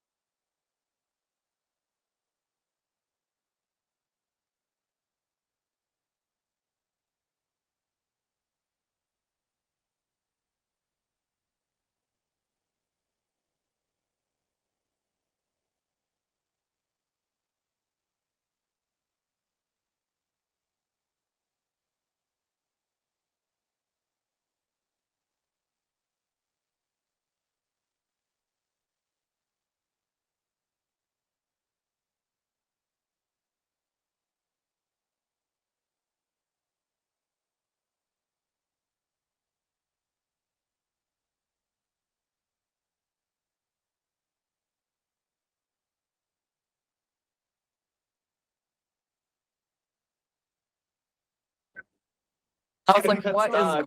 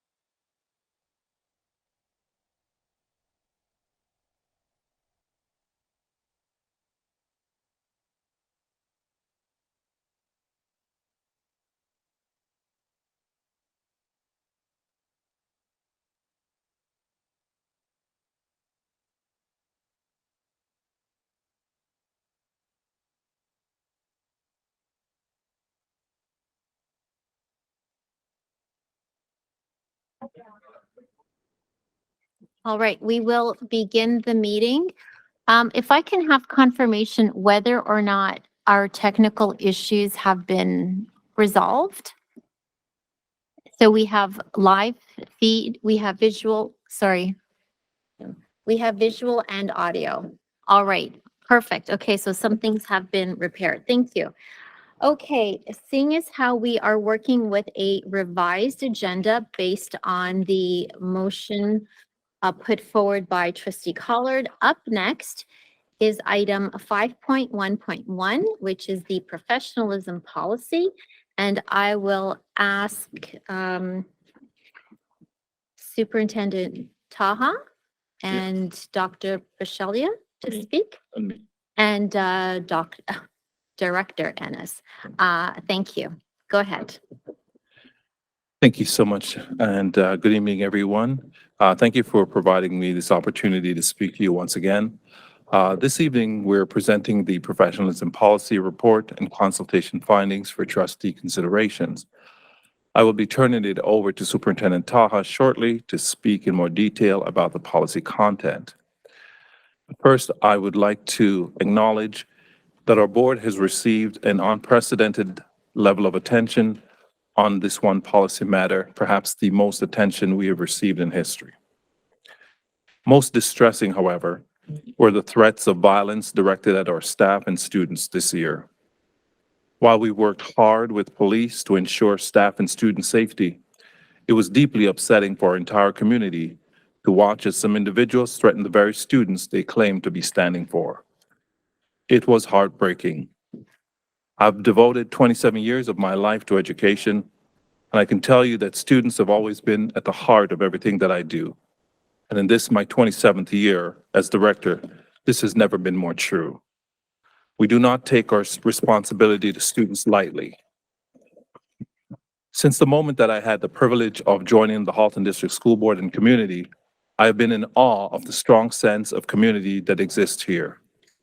At the Halton District School Board, we take pride in the inclusiveness, compassion, and respect for one another, and that our students and families have demonstrated this not just during this time, but always.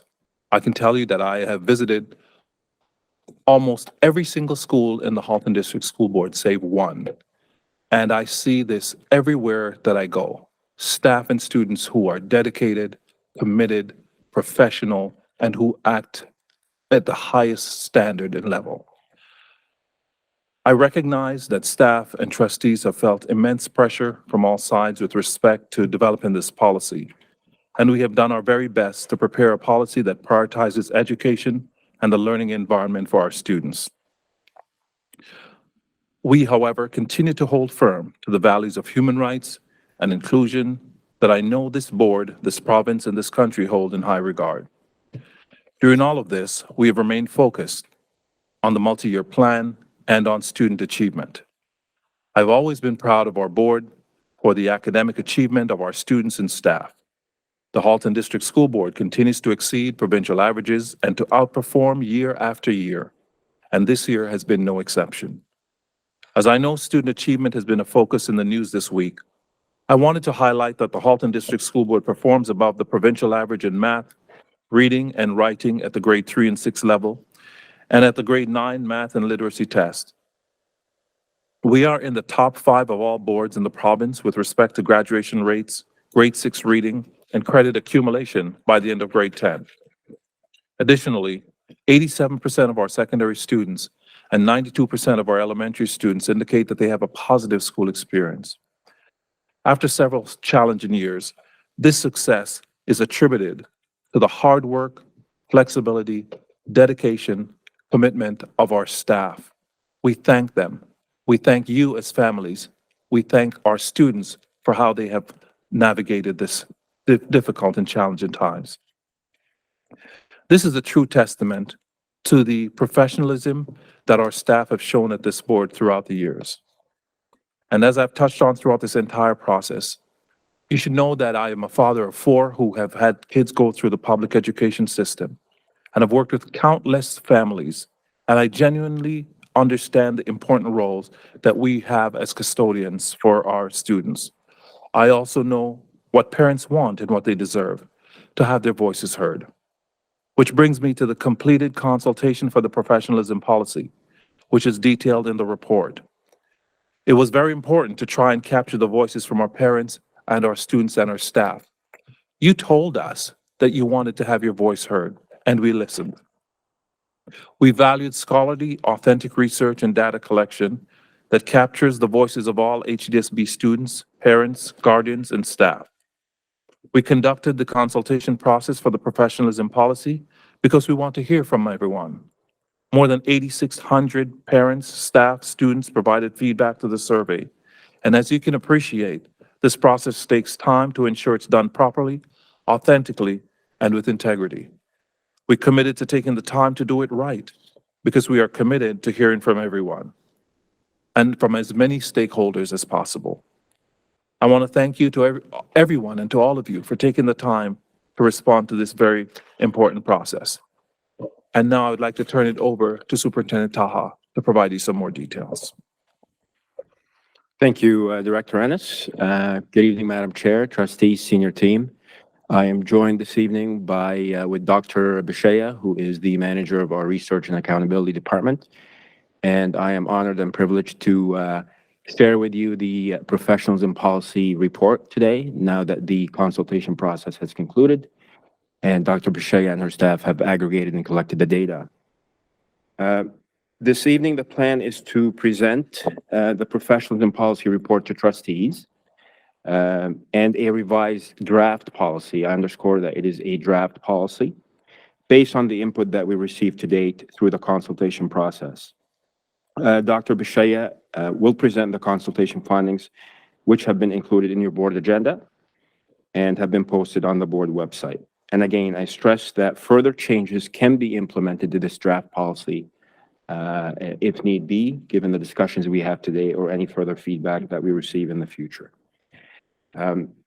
As the Board of Trustees have previously been advised, we are currently in the process of collective bargaining with our federations, our teacher federations, our education worker federations. And that what that means is that the board and every board in the province cannot alter the working conditions until the collective agreements have been reached and ratified. So that is the reality that we find ourselves in terms of implementing new work rules in the workplace. So this policy development process, this policy development cycle was working within those parameters. And again, what it means is that we legally cannot change the working conditions of teachers or any education workers until their contracts have been ratified.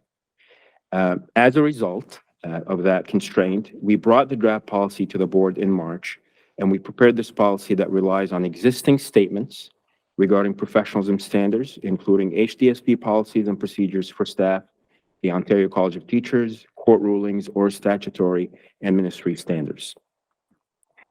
I do want to reiterate that policies are not meant to be operational. We heard plenty of feedback, good feedback, fair feedback that policies or the policy that we've drafted seems to be vague and written at a very high level. And that is fair feedback, but policies by nature, that policy document is intrinsically not operational. As we've reiterated in previous meetings, policies are a framework within which board procedures, companion procedures are developed. If you were to look at any HDSB policy, and I'll speak to that in a moment, which are also available on our HDSB website, you will see that they all look quite similar to the draft policy that is before you and that was provided to the public. You will see that they capture the what and the why through a policy statement and objectives. And again, the professionalism policy draft is consistent with that format of a policy document. Now, should this Board of Trustees decide to pass this policy, it will guide the development of its companion procedure. And that is where more detail, more specificity would be provided as to what are those expectations of staff as it relates to the objectives and the aspirations that we spelled out in our professionalism policy.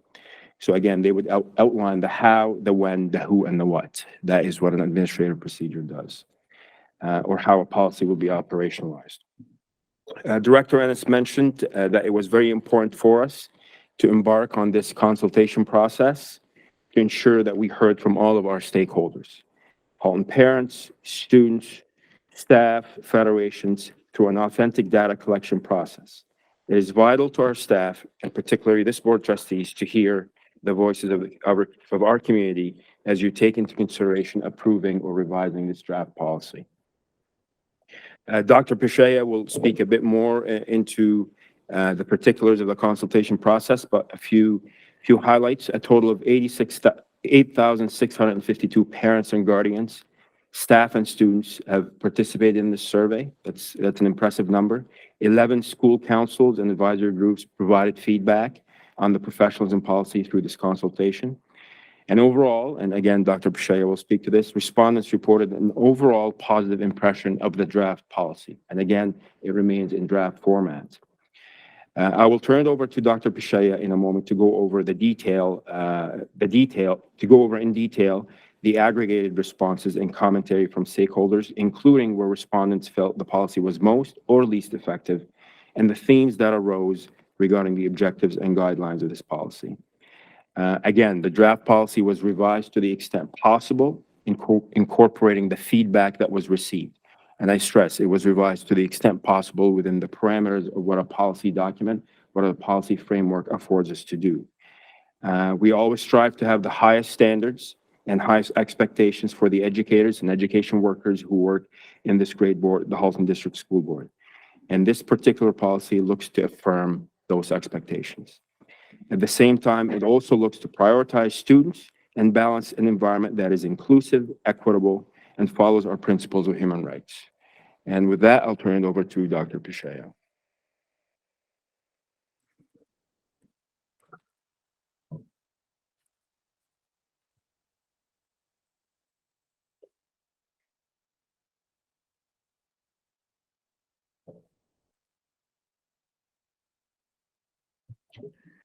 Okay, good evening. So I'm here to present a very high-level review of the findings. You have the report. The report, of course, provides a much more detailed view. So we'll look at really briefly some of the major components of the process in the survey, and then we'll look at the qualitative and the quantitative feedback.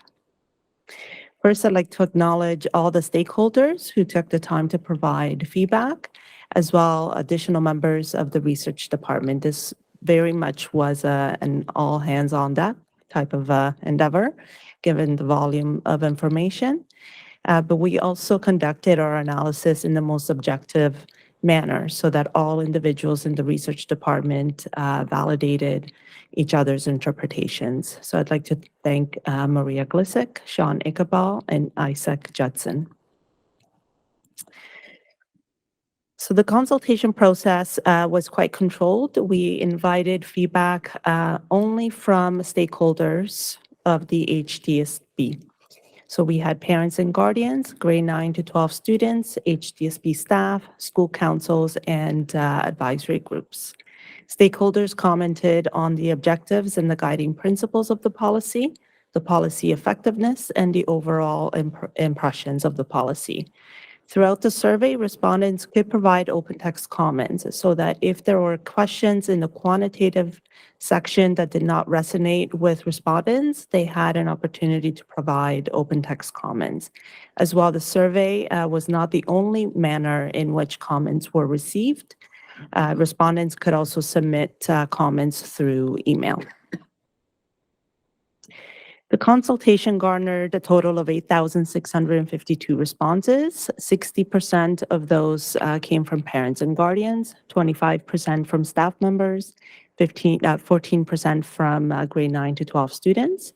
We received 12 responses from school councils and advisory group.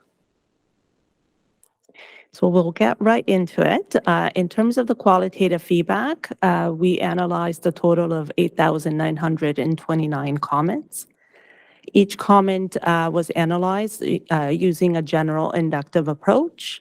So we went into the data analysis without any preconceived notion of what the data would be indicating. From that, we extracted raw data themes. And the themes were then verified by the additional researchers on the team to ensure that there wasn't errors in interpretation. The comments revealed several themes. One of the major themes was that the policy was found to be vague and broad.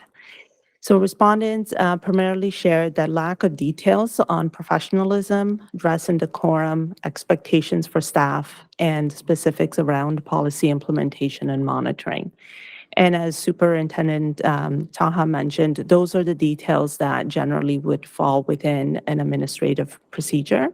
And I do believe that there was some level of misunderstanding with respondents in terms of that they were receiving a policy and not a dress code. The second theme revolved around human rights concerns. So there's a real focus on a desire to see even a stronger enhancement and commitment of the policy to the Human Rights Code. Respondents recognize that the dress code can provide a framework by which members of certain communities can be discriminated against, and that standards and strict definitions of professionalism are disproportionately placed towards specific communities.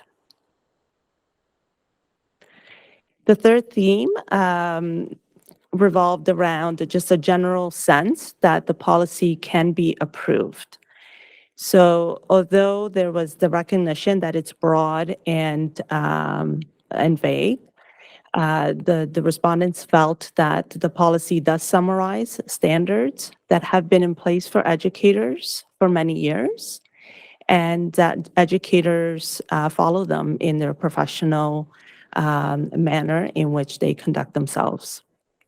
The policy provides a general but fair framework for professionalism that respects everyone's human rights. The fourth theme revolved around specific recommendations, and this is the area where Superintendent Taha focused his attention to bring in revisions and edits as much as possible to the draft policy that you have before you today. But the recommendations revolved around providing definitions and examples, and again, to enhance the commitment to the Human Rights Code. The quantitative feedback asked the respondents to rate their level of agreement on a number of statements on objectives and the guiding principles of the policy, and also to rate their impression of the policy effectiveness and the overall impression of the policy. So just for brevity, the quantitative graphics displayed here represent data from parents, guardians, students, and staff. I do have the feedback here for school council, and I'll reference any areas of discrepancies as I go through the feedback. So in terms of the objectives being clear and understandable, fair, and reasonable, the blue represents agree, the red represents disagree, and the green represents unsure. So you can see here that majority of parents, guardians, staff, and students endorse the agree response option for these statements with regard to the objectives. And when we look at the responses from the school council, it was 89% also reported agree that the statements are clear and understandable, and 78% that the statements are fair and reasonable. In terms of the statements being brief and concise and provide direction, again, we see that majority of respondents endorse the agree response option, 82%, and 64% for provide direction. The provide direction is the one area where, as we've seen as well with the qualitative feedback, is the one area where respondents felt that that's where the policy was lacking. And when we look at the specific examples of what type of direction the respondents would like to see added, those are the details that would fit within an administrative procedure. So when we look at the school council feedback, we have 88% for brief and concise, and we have 67% agree for provide direction. And so you'll notice that there is a pattern where across responding groups, the findings are quite similar. When we move to guiding principles, the statement's clear and understandable, thorough and complete. We have a similar type of pattern with 85% of respondents endorsing the agree and 73% responding the agree for the thorough and complete. And when we look at the school council, we have 88% for clear and understandable. And we have 63% for thorough and complete.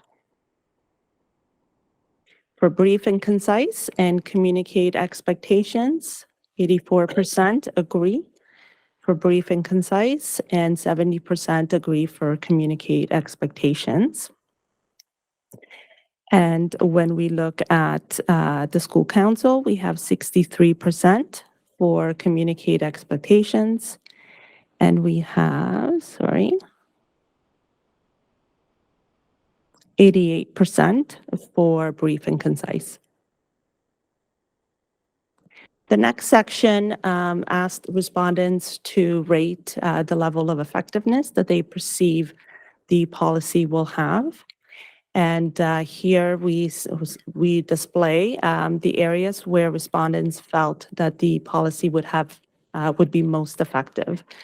So we have 75% of respondents agreeing or endorsing the moderate to high effectiveness for ensuring that every person has a right to equal treatment with respect to employment without discrimination.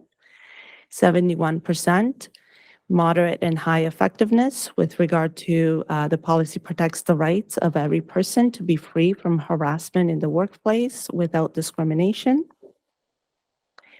69% moderate to high effectiveness when it comes to demonstrating respect for public education and each student's right to learn in a safe, inclusive, and accepting environment.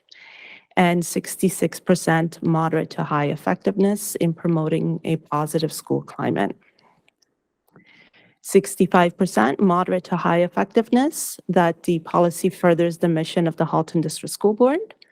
And 63% moderate to high effectiveness that the policy promotes student achievement and well-being.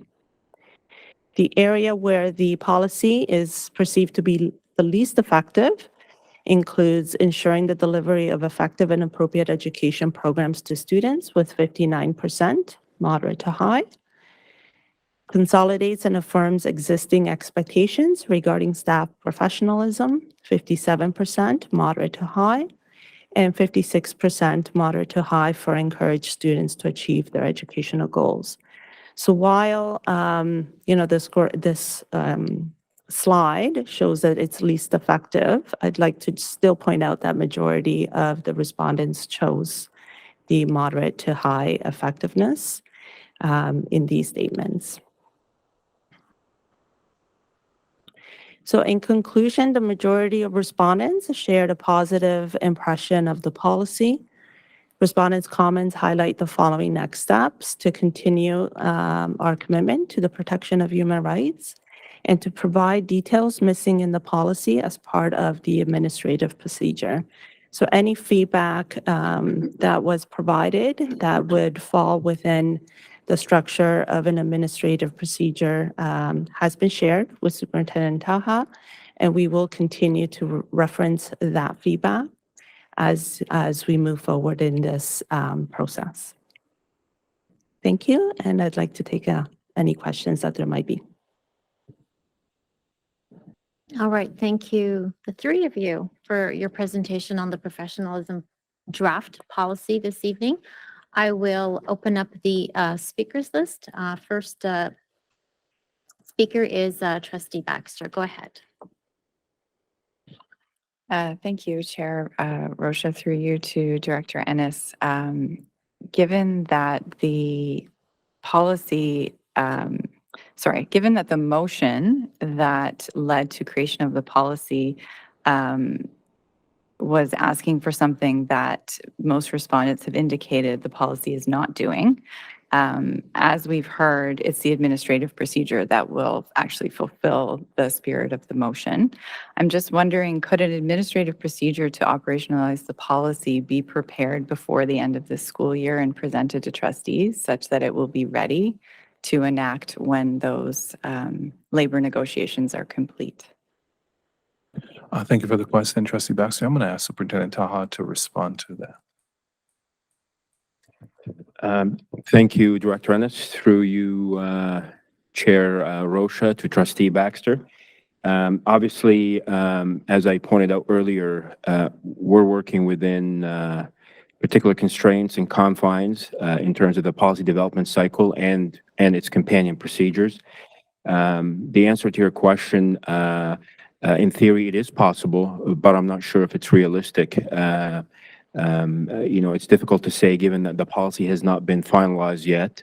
But once the policy has been finalized, we can certainly turn our attention to the companion administrative procedures. I'm not sure if that's a good answer, but that's the best answer I can provide you in the moment. So if trustees did pass or approve this policy in May, could we expect to see the administrative procedure at the end of June? Again, acknowledging that it would not be enacted until all of the labor agreements have been signed. Through you, Chair Rocha, to Trustee Baxter, yeah, that is possible. We work as fast as we can to bring a draft AP that is aligned with the final draft of the policy.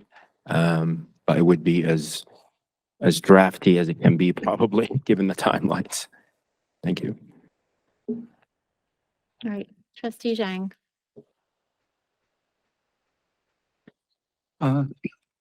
Thank you, Madam Chair.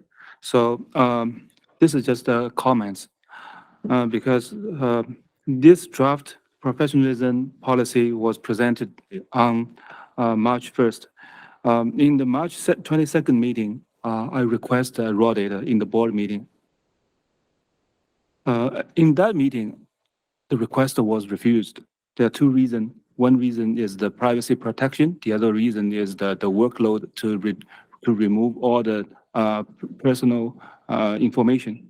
Actually, I didn't request personal information. These information must be removed. So I support that. But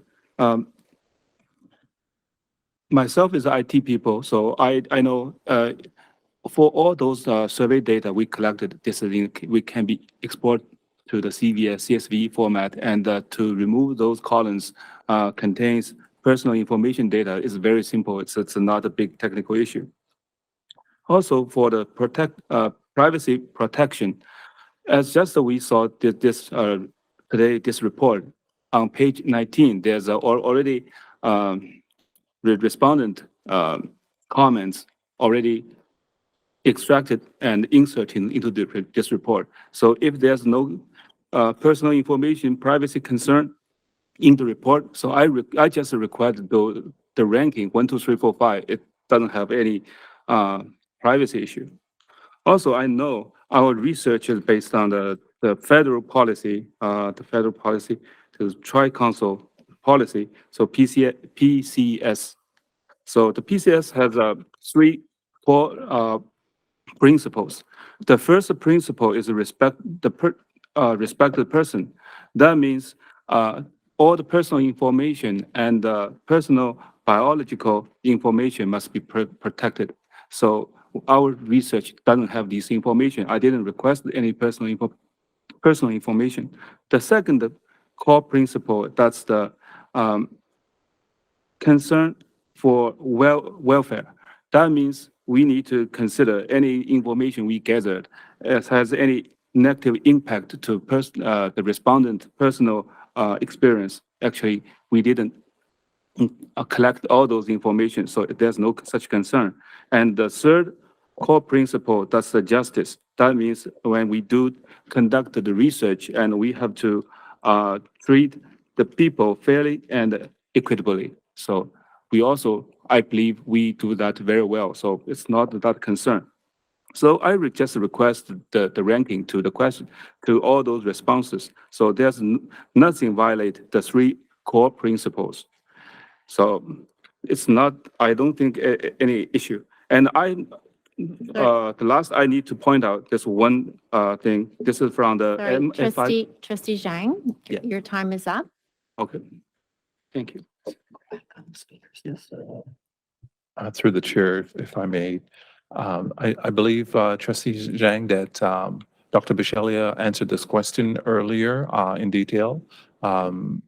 In summary, we were quite explicit in our request in providing the survey to our communities and all the stakeholders that we would not share any of their information with the exception to the researcher, the research team, if we had any concerns for their welfare or their well-being, threats of harm to themselves and or to others. And as a result of that, we simply cannot violate those. It is not an ethical practice to do so. Dr. Bishali, I don't know if you want to add any further comments. I think I'll just like to clarify the inclusion of the quotes. That is not raw data. In qualitative research, it's a standard practice to extract quotations from respondents to contextualize the findings. That is very different from sharing a raw data file, whether that includes individuals' names, but the individual level responses that resides within the principal investigator of the research. And in terms of the Tri-Council guidelines, they're very clear in with regard to the informed consent piece. And as Director Ennis mentioned, our informed consent piece was quite explicit in stating that the information would reside solely within the research department, and that privacy would only be broken under specific circumstances of threats to self and harm to others. So there's, I mean, as I said, I would love to be able to provide the data so that we can settle any questions around the integrity of the data analysis. But we just simply cannot from an ethical, professional, and legal perspective.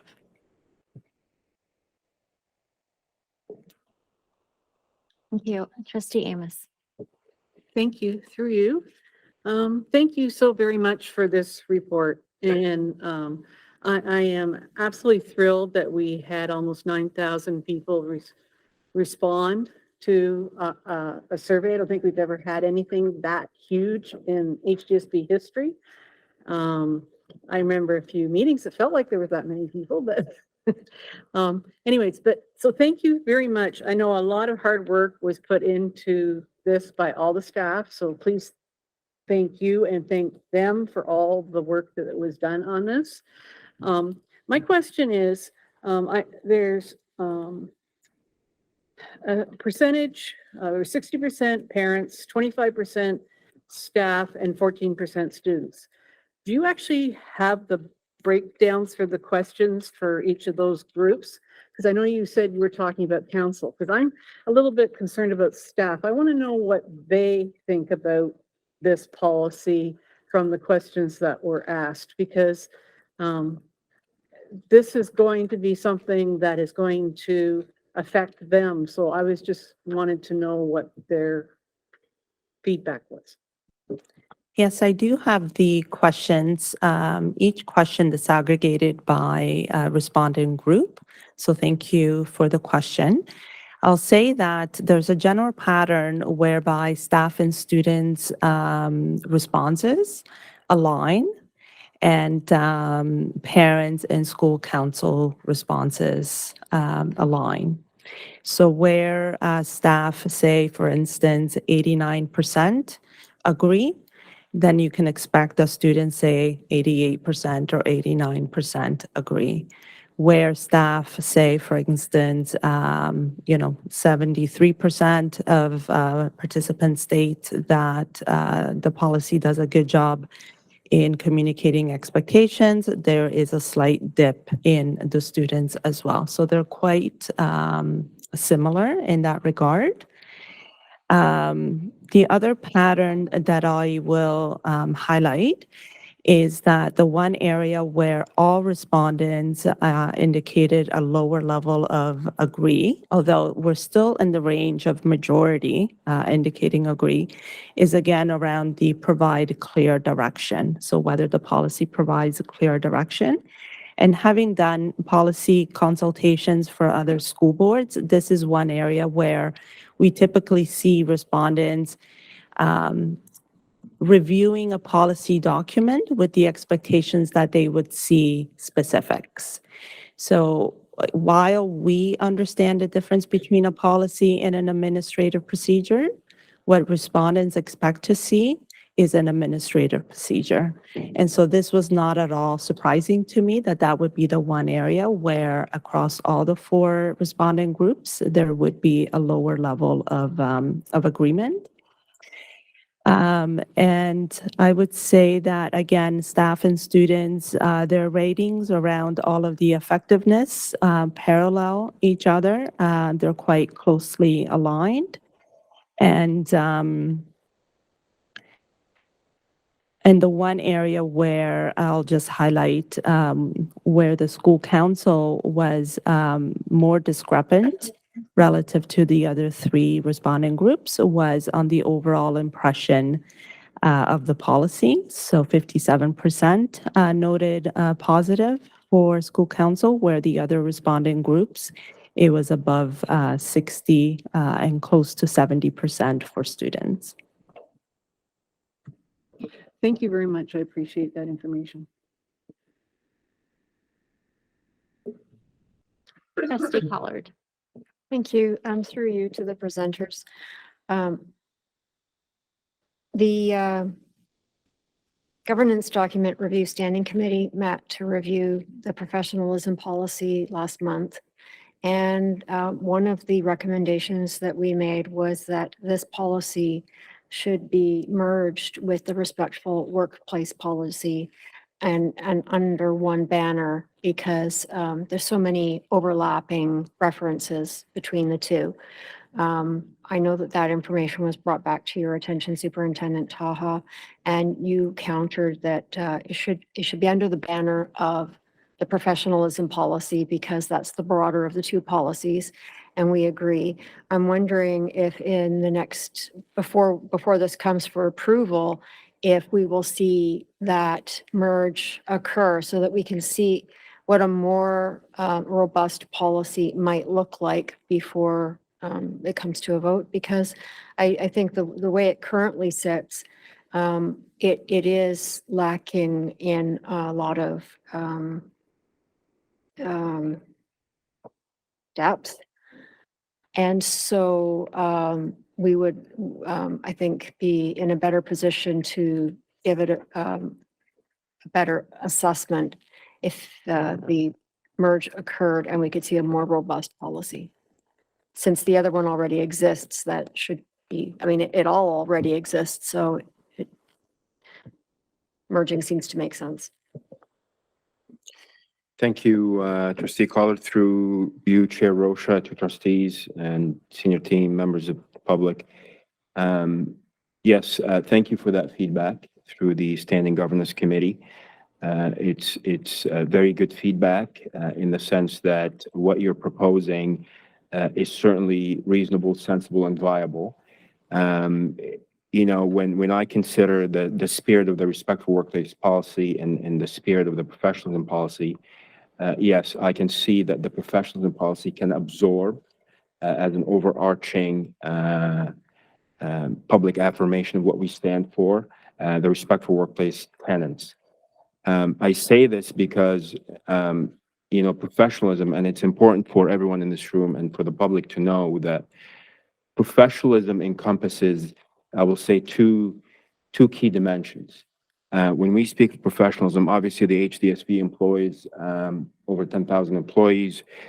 We employ professionals across many different disciplines. We employ teachers, we employ educational assistants, we employ social workers, we employ speech and language pathologists, we employ designated early childhood educators. So all of those professions and jobs come with their own understanding as it relates to the technical aspect of what they do, the subject, the mastery of the subject matter, the X's and O's of what they do as practitioners.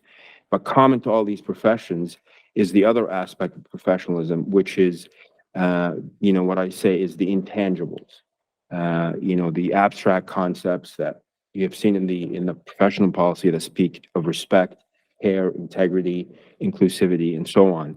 And all of these elements exist in the respectful workplace policy. So you're absolutely right. There is an overlap. There's common themes that integrate between the two. You are quite right that, if you were to merge the two, you will be, the end product will be a more robust or rigorous set of expectations and standards of practice and norms and guidelines that, we aspire to be. So you're right. Operationally, so the public is wondering, why isn't this policy, has more specificity when we speak to professionalism as it relates to how we interact with each other, how we speak to each other, how we present in the classroom, how we present in the workplace. Our respectful workplace administrative procedure, free of discrimination and harassment, is quite the robust document. It's roughly 12, 13 pages long, and in it, there are very specific examples to what these behaviors look like in the workplace. When we speak of respect, when we speak of discrimination, when we speak of disrespect, we speak of racial harassment, sexual harassment, what is offensive, what isn't. So, from a practical and a theoretical point of view, that sort of approach is something that would work. I would consider then renaming the entire policy to perhaps professionalism and respect in the workplace. I say this because professionalism, may convey or elicit different meanings to different people. And if I'm an employee who's experiencing, transgressions in the workplace, I may not intuitively go to the professionalism policy to find how I can, address these issues. So if we were to merge the two, we have to think about, rebranding the original name. If that's the will of the trustees, we can certainly bring a draft that merges the two policies for your consideration. Thank you very much for that. I think the rebranding is logical. I have no qualms with that. And since you seem to have no issue with proceeding in that direction, I would, I know that the members of the standing committee were all in favor of that change. So make it so. Can I be Luc Picard today? Jean-Luc? No? As I indicated, a draft that merges the two concepts is something that we can bring forth in May. Thank you very much. Trustee Zhang. Thank you. When I request the raw data, actually, I just want to explain that. So I didn't request all personal identifiable information. I want those information removed from the data.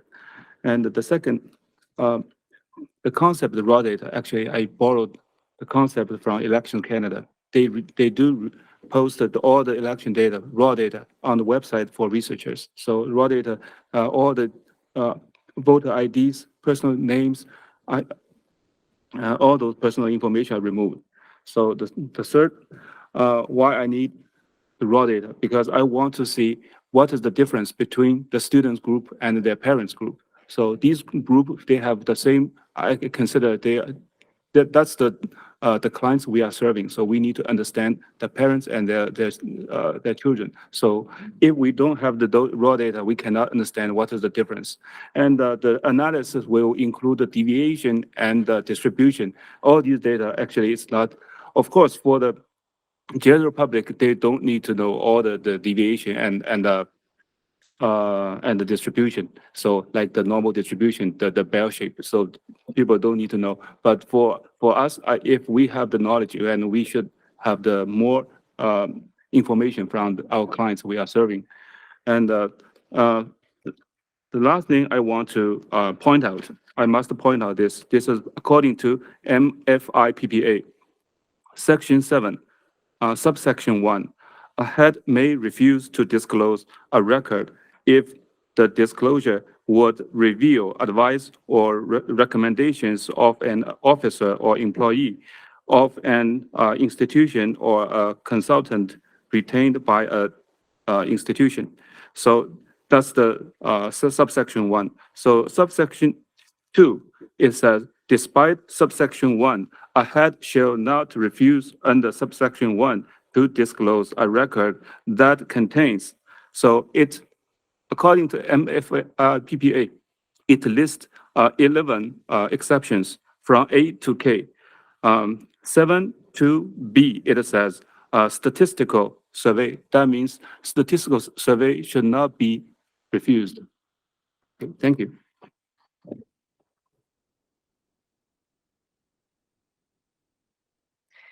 Thank you for the question. I would just like to let the Board of Trustees know that if there's follow-up questions, such as whether parents and students report similar findings, we would be happy to provide those level of details. But again, going back to our ethical standards and our professional standards for how we manage data within the research department, we're not able to release the raw data. There is no parallel between us and Stats Canada. Stats Canada has a mandate through the Statistics Act to gather the information for the purpose of sharing it publicly.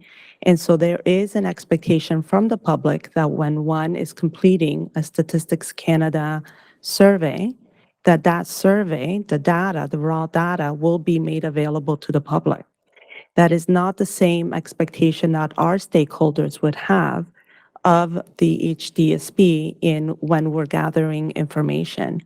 And specifically so when we've been so explicit in our informed consent process that individual level responses, whether that's the qualitative or the quantitative, would not be shared outside of the research department. So I have tables that I am able to append to the research report that will show the distribution of responses for students, staff, parents, and school council. If that is a request by the Board of Trustees, I'd be happy to share that. But the raw data for individual analyses by individual members is not a request that can be met. Okay, follow up. So very quick. So the request should not be refused. This is based on the MFIPPA Section 7, subsection 2, and the second item. Thank you.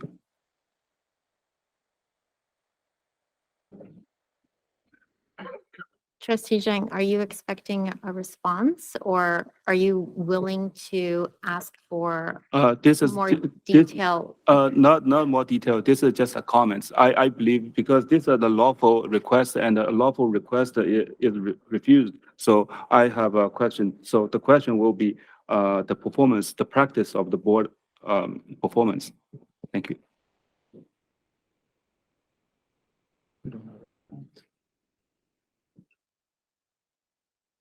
Is there a question? Am I expecting to answer? I'm unclear. Was that a No, question? this is a comment.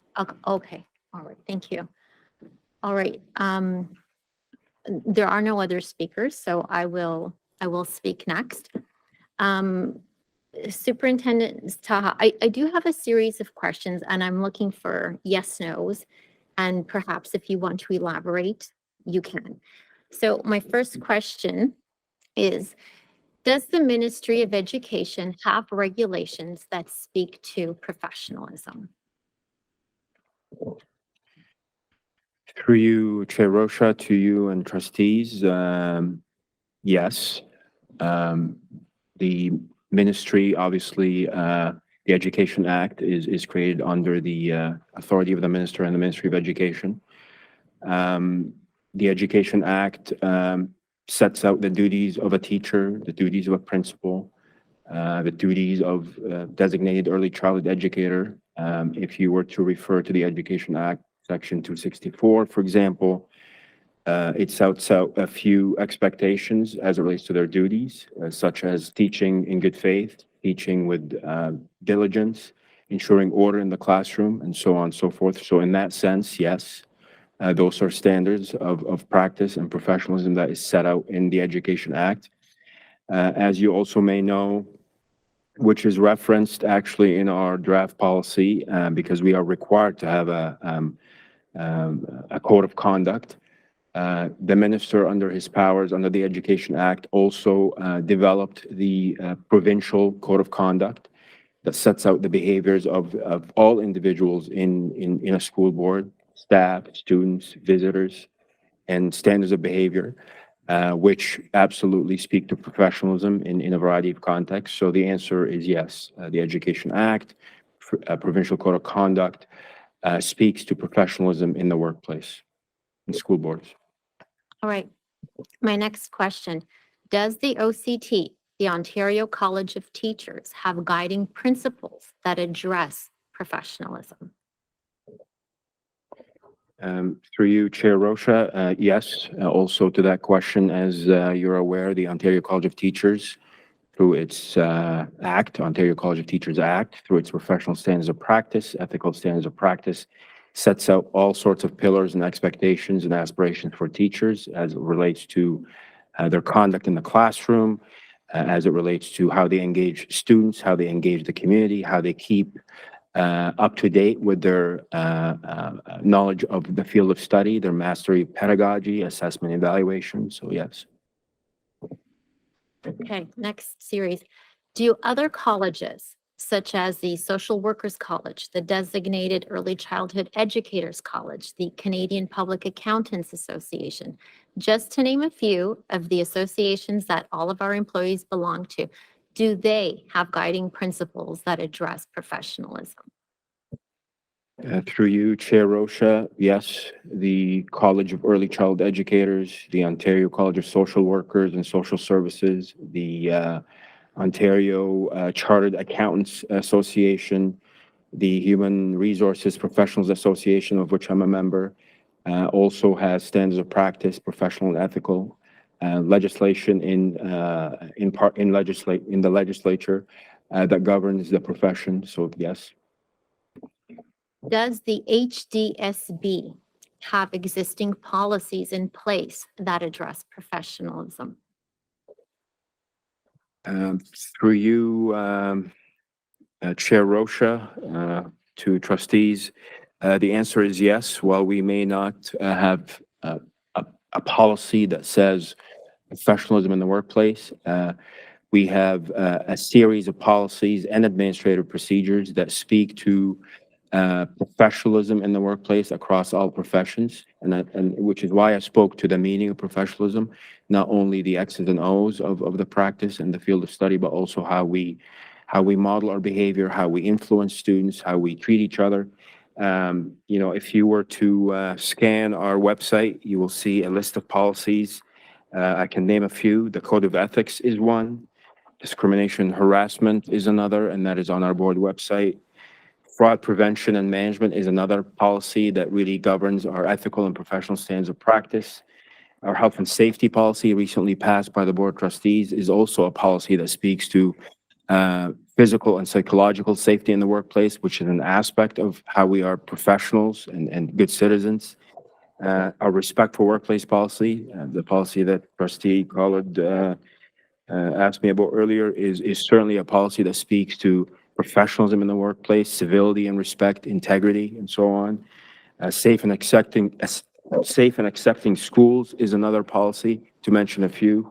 If you were also to scan our administrative procedures, these are the companion procedures that really tell us how we are to enforce these aspirations and goals. We talked about that for a policy to be enforceable, has to be clear, has to be precise, and that's what the administrative procedure is for.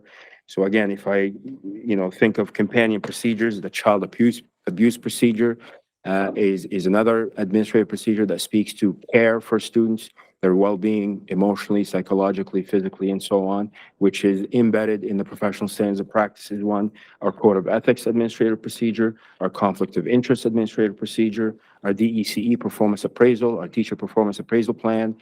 Those are all speaking to all of the instruments, all of the apparatus that we have in this board to hold our staff, myself, and others to the highest standards of performance. So yes, and we also have a progressive discipline administrative procedure that empowers our administrators, our supervisors to engage in appropriate corrective action when need be. And that's what we do around here, if needed. Thank you. You actually answered my next question without asking, which was, can you confirm that the HDFP school administrators have the authority to reasonably and appropriately enforce the existing expectations and standards, and that their authority will not be unreasonably obstructed or withheld by the HDSB? So The answer is yes, absolutely. Our frontline supervisors, our principals, vice principals, our line supervisors have every authority and right to uphold and implement those policies, procedures without any obstruction from, my department or any other department. I have one last question. And what are some of the HDSB's expectations and standards with respect to professionalism? Through you, Chair Rocha, I think the HDSB Code of Conduct and the Respectful Workplace Policy is a great starting point and is a great place where we can find those expectations and those standards of practice that we hold our educators and our teachers and all of our staff to. For instance, if you were to read the HDSB Code of Conduct, we say our teachers, for example, or our education workers ought to provide a safe, healthy, inclusive, equitable learning environment. That teachers and educators have to care for the learning and the cognitive and social development of their students. So that in of itself is just a small sample of the expectations that we hold all of us to as it relates to our conduct and engagement with each other and with our students and the community.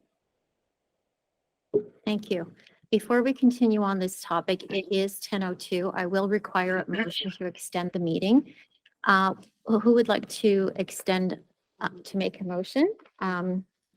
Vice Chair Oliver, who would like to second? Trustee Gray, would someone like to suggest an amount of time? 1 hour, all right. So be it resolved that the meeting gets extended by 1 hour. I will call the question. Please go ahead and cast your votes.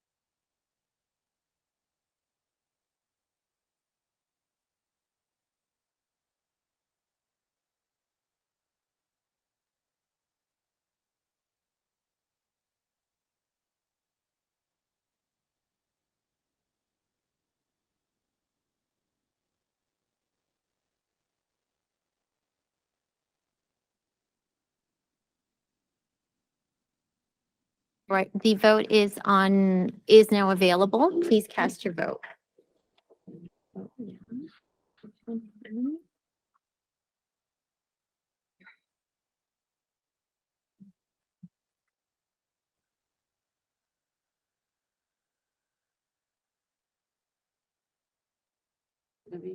Okay, that vote carries unanimously, so the meeting will be extended by 1 hour and we will continue on that topic. The speaker that was last on the list was Trustee Amos. So Trustee Amos, you have the floor. Thank you. Through you, I heard one of my colleagues mention about combining two policies earlier, and while it sounded like a good idea, I just heard about 20 policies that could potentially be combined to become a professionalism policy. So I'm not sure if it's such a good idea anymore, but having said that, if we were to combine it, I believe a motion would have to be made at the board to have that happen. It can't just be a direction from trustees. We've been coming into a bit of a bad habit with some of us asking for things, and I believe things should have a motion at the table.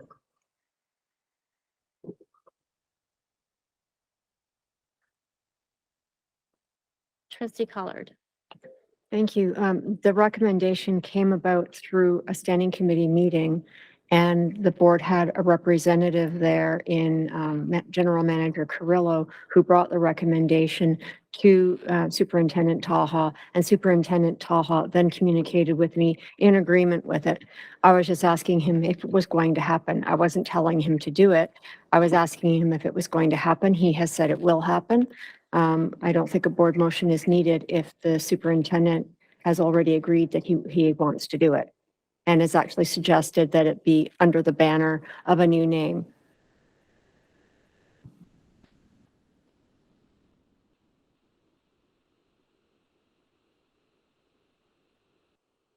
All right, there are no other speakers.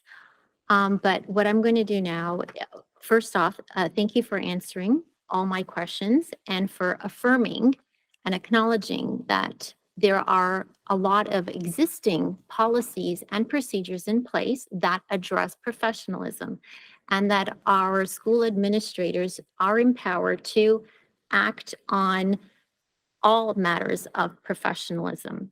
So with that in mind, I'm going to pass the gavel to Vice Chair Oliver, as I'd like to move a motion.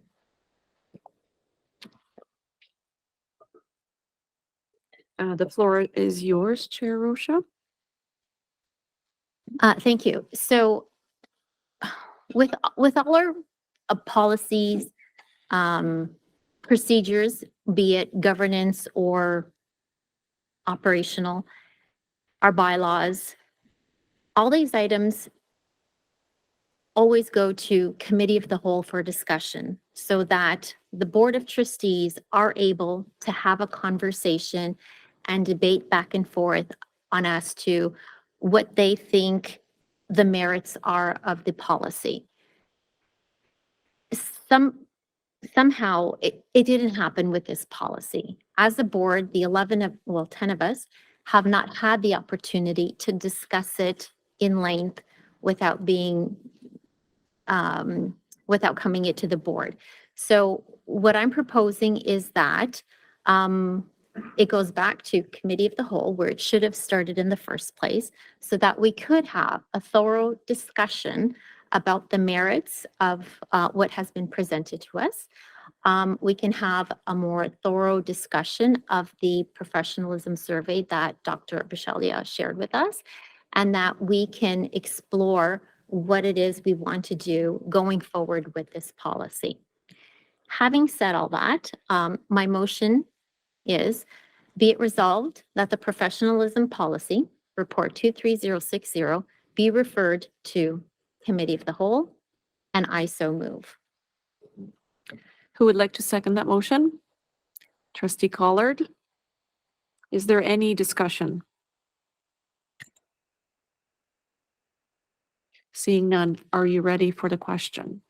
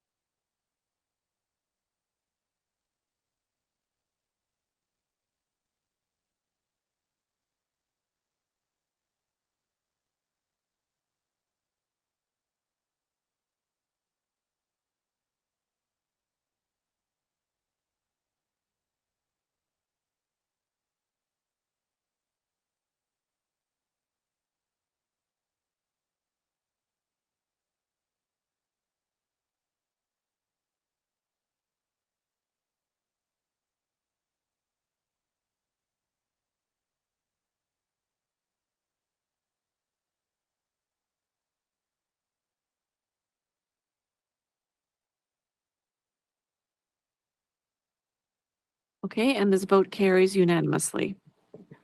And I'm passing the gavel back to you, Chair Rocha.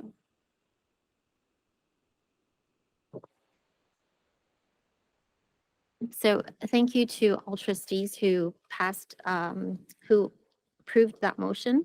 I think that it will be very fruitful for us to have a more fulsome discussion at a committee of the whole meeting. So thank you. So back to putting my chair hat on. I want to thank you, Director Ennis, Superintendent Taha, and Dr. Bishalia for this report.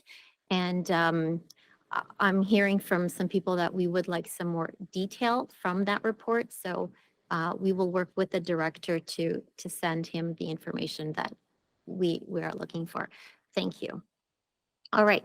So continuing on with our agenda, we are up to item 3, consent agenda. We have for approval this evening 3.1.1 Halton District School Board minutes, March 22, 2023, as well as the receipt of information items 3.2.1 order paper, 3.2.2 board report schedule, and 3.2.3 policy and governance procedures review schedule. I will put the motion on the floor.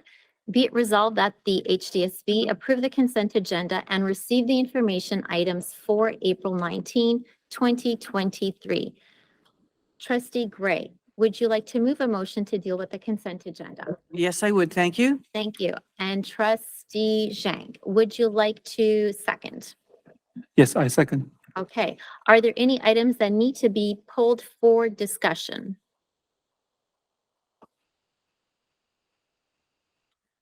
All right. Seeing none. Are there any objections to approving the consent agenda? Oh, sorry, I already said that.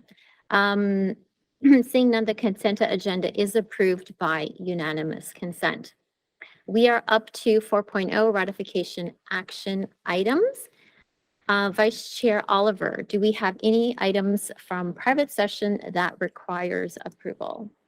There are no items for approval. All right, thank you. 4.2 action items for April 19. 4.2.1 triple grade Sam Sherritt Public School Report 23066. Superintendent Ruddock, you have the floor.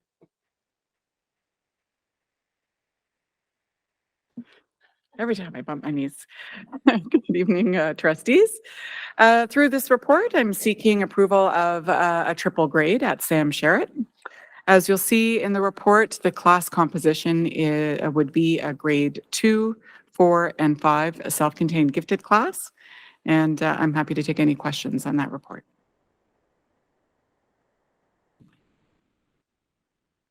I will look to the speakers list. Trustee Gray. Yes, thank you through the chair. I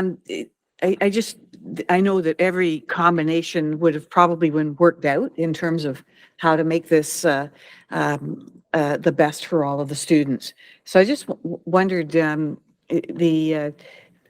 there's a grade missing there, grade 3. Is that a full class in the gifted that they couldn't accommodate some 4s or at least one grade 2? I just had that question. Thank you. Thank you through the chair to Trustee Gray. Good question. There are no grade 3s in the gifted program at Sam Sherritt. So there's only one grade 2, and then the next grouping of students is 4 grade 4s and 11 grade 5s. So those are the number of students in total across those 3 grades. Yeah, thank you. Trustee Baxter. Thank you. Through Chair Rocha to Superintendent Ruddock. I imagine the answer to this question is yes, but I'd just like to confirm that the family or parents or guardians of the grade 2 student have been consulted in making this decision, and they agree that it's the best situation for their student as opposed to being transported to a school where they would be among same age peers. Yes, the family is aware and supports the recommendation. Trustee Collard. Thank you. I wasn't expecting to see this specific report today. We have seen triple grading requests before, but for this one, it's a bit different because of the gap, the 2, 4, 5.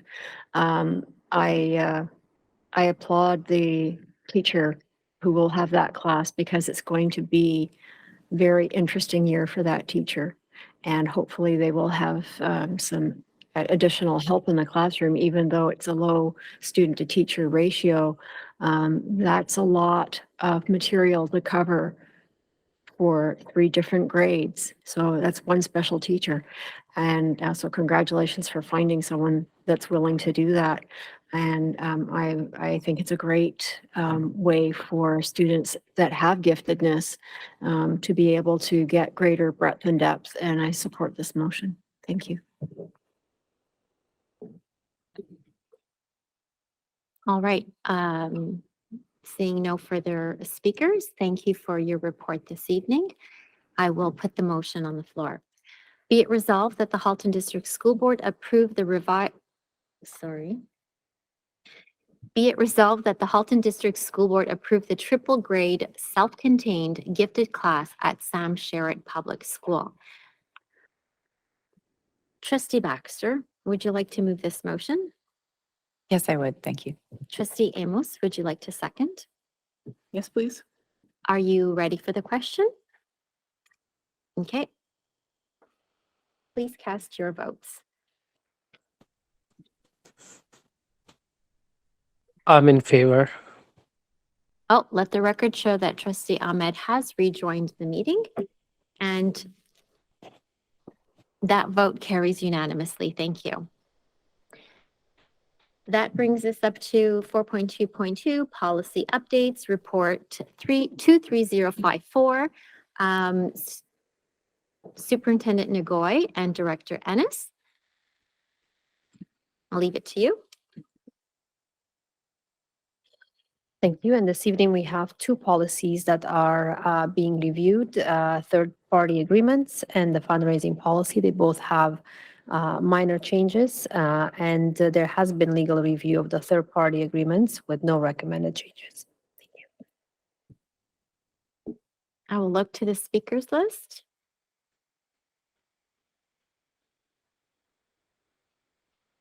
There are no speakers. All right, so thank you very much for the update. And I will read the motions. Be it resolved that the Halton District School Board approve the revised third-party agreements policy appended to report 23054. And be it resolved that the Halton District School Board approve the revised fundraising policy appended to report 23054. Trustee Collard, would you like to move this motion? Yes, please. Trustee Gray, would you like to second? Yes, I would. Okay, are you ready for the question? Please cast your vote.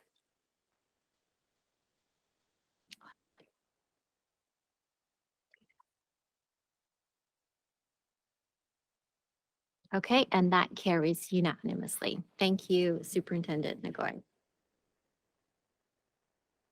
We're up to 4.2.3, Professional Development Planning for Interpersonal Communications, Report 23096, presented by Trustee Collard, Oliver, Shuttleworth, and Zhang.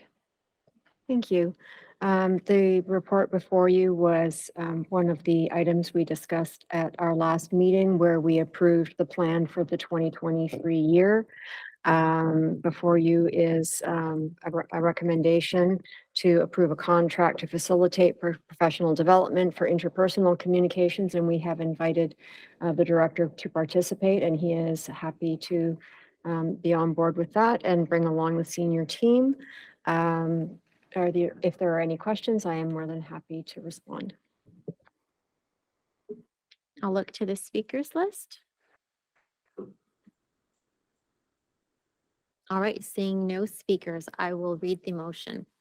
Be it resolved that the Board of Trustees approve a contract with Marion Thompson Howell to facilitate professional development for interpersonal communications with trustees and senior administration on May 1st, 2023. Ms. Howell's fee to provide this professional development is $1,750 plus HST, which will be funded by the trustees' prior term reserve account. Trustee Collard, would you like to move this motion? Yes, thank you.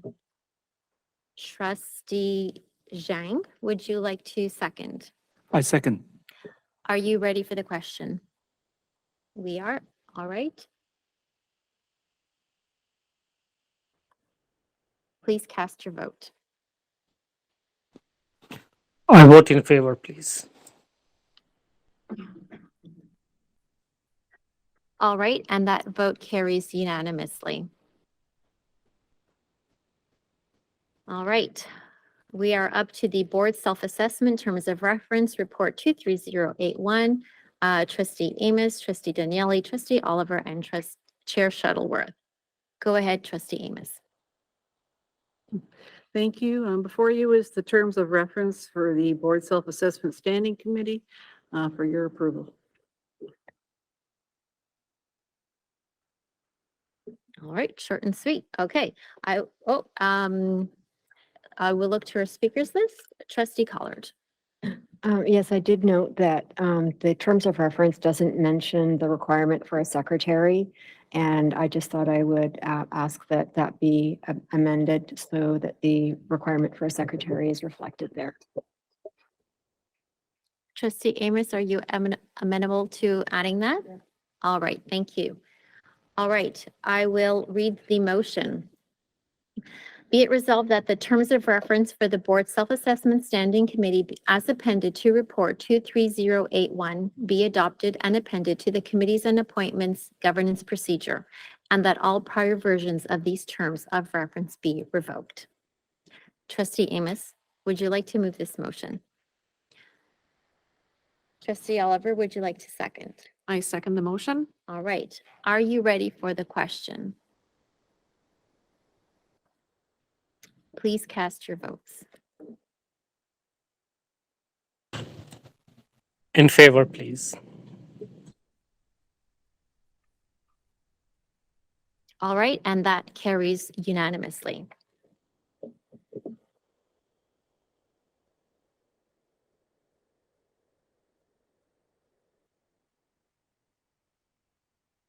We are up to 4.2.5, the multi-year plan team training report 23067. Director Ennis, I'll pass you the mic. Thank you so much, Chair Rocha. Good evening once again, trustees. As you know, this year has been a very challenging year for all of us. We have had significant challenges with respect to many stakeholders, staff, trustees, community. And so I would like to take the lead in trying to rebuild, to refocus on the foundational elements of the multi-year plan to help us find a path forward. And as director, I would like to take the lead in this and would certainly hope that trustees would see it favorable to join me in this pursuit. And I have it here for your consideration. Thank you. I will look to the speakers list.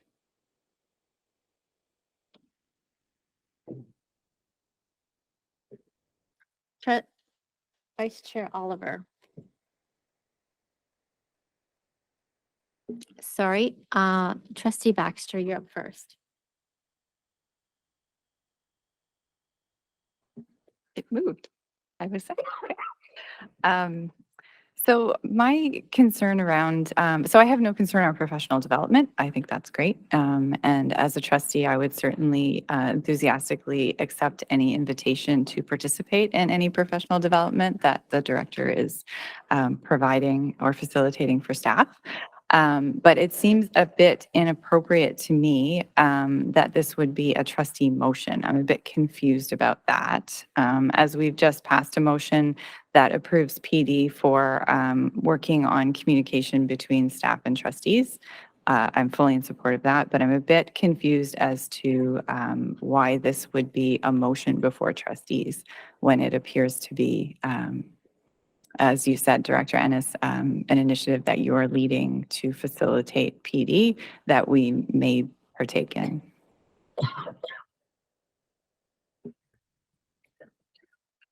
So I'm bringing it here for your information as a recommendation that this is something that I want to do, and hope that you would join me in that pursuit of learning.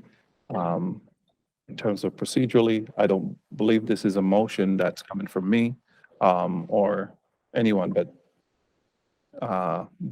it's here as a recommendation. This is something that I want to lead, and I want to take, the helm in supporting us on this journey forward. So, I'm not sure in terms of, the next step on this, Manager Corella, but this is something that we're going to do, and I'm inviting you to join me on this journey. So that may have been my confusion then around, just because it's in the ratification section of the agenda, I thought we were voting on it. Sorry, that is my confusion. Trustee Baxter, we will be voting on this motion. Do you have a follow-up? Do you have a follow-up? No? All right. I'm next on the speakers list, but because I'm the chair, I will push myself to the end of the list. So, and Vice Chair Oliver will also pass on her spot for now. So, Trustee Collard, you are up next. Thank you. I put myself on the list just to give some clarification around the origin of this motion. The director is absolutely within his right to bring forward a motion, even though it is not a governance item. He's looking for support. He's looking for teamwork. He's looking for the trustees around the table to want to participate. And so this is an effort on his behalf to strengthen the team, and I fully support that. Trustee Gray. Yes, thank you through the chair. I just wanted to say that I also would fully support this motion. I think as we move forward through the end of this year, but more specifically as we get preparing for the next steps in the beginning of the development of the next multi-year plan, to have this professional training and development where we will, have these joint activities and strengthen our foundation. It's going to be a great help to us as we move forward, and I think it will be very, very important for us to undertake. So I speak in favor of this motion. Thank you. Vice Chair Oliver. Thank you. Through you, Chair. I am very glad to see the director bring this report and this recommendation forward. I appreciate that he acknowledges that there are various challenges, and that as we wrap up this multi-year plan, we will be embarking on the new multi-year plan. And so all of this training will really serve the senior team as well as the trustees very well in building our skills and capacity in the foundational areas. And no surprise that I'm supporting this because, of course, I have a complimentary report coming forward. So thank you very much for this, and I look forward to collaborating together.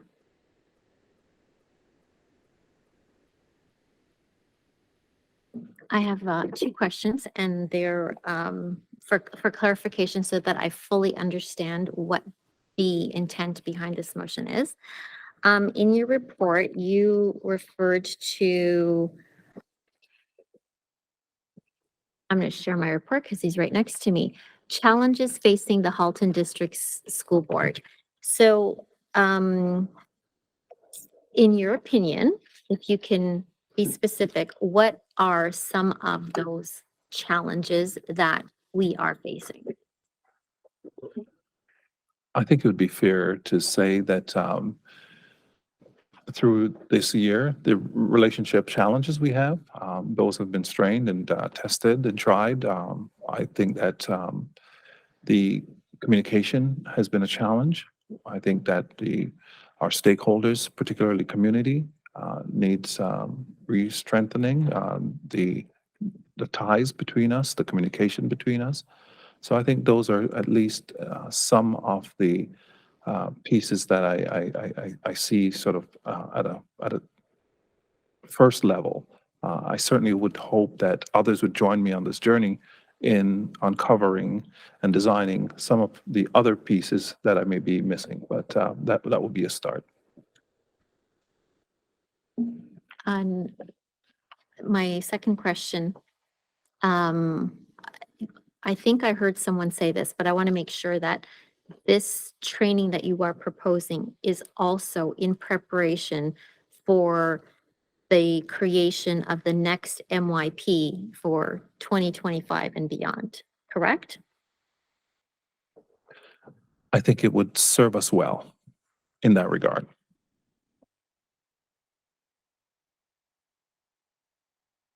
Trustee Baxter. So I think that might clear up some of my earlier confusion through you, Chair Rocha, to Director Ennis. The report that we have in front of us and the motion clarifies that the professional development supports the delivery of the current multi-year plan. And given that trustees are not mandated by the Education Act to take part in delivery of the multi-year plan, simply in the creation and monitoring of your implementation of it, I'm a bit concerned, given, I certainly wouldn't want us to get into a situation where we are stepping outside of our lane again, because that has been an issue in the past. I hope I'm not being unclear in that I am absolutely in support of providing input and any trustee support that's needed for staff that are participating in PD. As a representative of Oakville Wards 1 and 2, if there's any perspectives from the stakeholders in those areas that would be valuable to staff, I would certainly be happy to bring those and enthusiastic to do so. But again, I don't have a problem with the overall idea of looking forward and working on what are obvious challenges to the board. I'm just concerned about this report specifically and the focus on delivery of the current multi-year plan. And so I think what you're saying is a little bit different than what we have in front of us and that what we are supposed to be voting on shortly.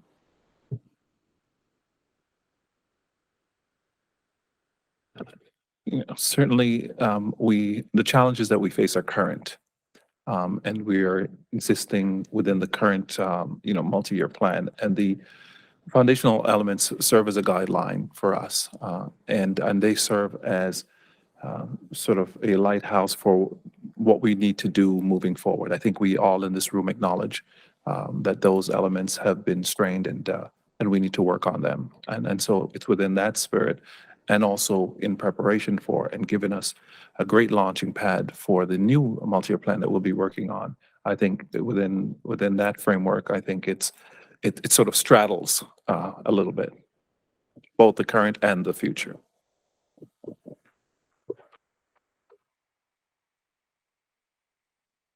Okay, there are no other speakers and I have one last question. I don't see a timeline associated with this. So how soon do you, Director Ennis, think that a plan would be implemented and then executed? As soon as I can get a team together, I'm ready to go. I was excited to see the motion that Trustee Collard put forward with the professionalism, team. And I think that's the spirit and more of what we need to do. And I mean, I'm enthusiastically joining her and the PD committee on that journey. And, certainly I know our team is starting to think about it already, and I'm excited and ready to go as soon as I get the pieces together, the resources, human resources around this table to have a meeting and design a path forward. I think I'd like to do it as soon as possible. All right, thank you, Director Ennis. Seeing no further speakers, I will read the motion. Be it resolved that the senior administrative team and Board of Trustees undertake joint training and professional development activities to strengthen the foundational elements of the multi-year plan. Trustee Oliver, or Vice Chair Oliver, would you like to move this motion? I move the motion. All right, and Trustee Gray, would you like to second? Yes, I would. Thank you. All right, are you ready for the question? All right, please cast your votes.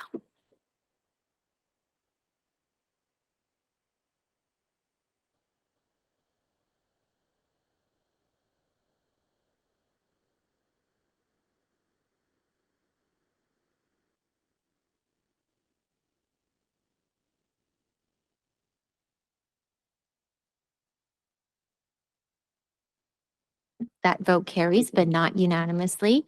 The trustees in favor are Amos, Gray, Collard, Baxter, Rocha, Oliver, and those against are trustee Zhang.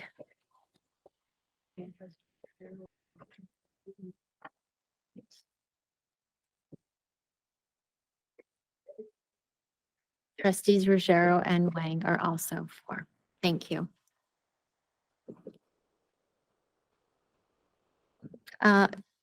Trustee Ahmed, is he gone again? Or I think he's having technical issues because I see him on and off. I'm also getting great workout this way.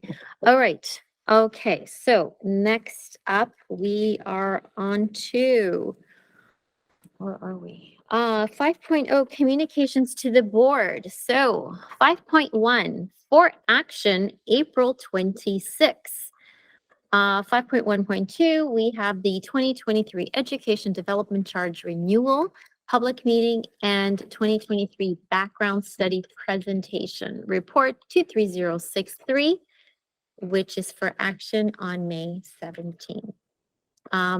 Trustee Nagoy, speak from wherever you'd like to speak, and General Manager Thibault.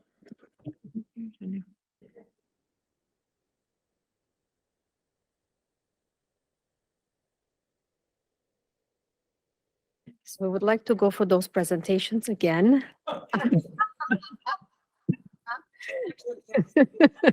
I'm just joking. We've went in a lot of details at those presentations that constitute the public meetings on this topic. So the background study and the details are provided in the report, and we're happy to address any questions.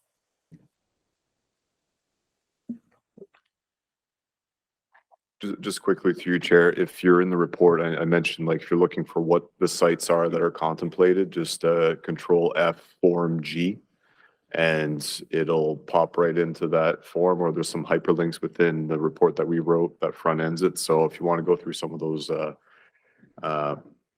through that form, it'll be a lot easier than to navigate the entire document, which is quite substantive. So. All right, thank you both. Looking at the speakers list, there are no speakers. So thank you for keeping it short and sweet. All right. Next up, we have, you might want to stay there. We have for information for this evening, April 19th, 5.2.1 Pineview Public School Update Report 23061, Superintendent Godet. I'm learning how to pronounce his name properly, and General Manager Thibault. Thank you and good evening. This is good news and follow up to the land taking, the widening of Trafalgar Road. We had a great engagement with our school community at Pineview Public School, and the highlights are presented in the report. Appendix A indicates where an outdoor learning space will be constructed on the south side of the school, adjacent to the creative play. And what's not shown on this plan is what will be our first pilot into a Miyawaki forest. It's a mini forest, can be as small as 6 parking spaces. And it's a bit of a paradigm shift from planting trees for ornamental use and intended more for climate resiliency. I'll say advanced growth of a mini forest helps to absorb more carbon, creates greater species diversity, ecological resilience, helps to purify air. It will help with the roadway to block wind and dust and noise, and should improve water quality for our watershed as well. So some great outcomes from the community engagement with the school, and we'll be undertaking that work next month. I understand we're going to start. Other work has begun on the grounds with students, but construction activities should begin next month. Happy to take any questions. Thank you both. I will look to our speakers list. Seeing no speakers. Trustee Gray, I was wondering whether you were going to say something. Go ahead. Thank you very much through the chair. I just want to say, this is an excellent report. I look forward to seeing the development of that area. If any of you have ever been up in the hills and had the chance to visit Pineview, it is just an amazing school site in that it's luxurious for the space and property that it has. And that we would be using it in this way and bringing this new concept of this forest. I'm really interested to see that, and that it's in keeping with the Trees for Halton Hills program. I'm loving that as well. So looking forward to seeing this as it develops. Thank you, sir, very much for bringing this and having this innovative program come to that school. Thank you.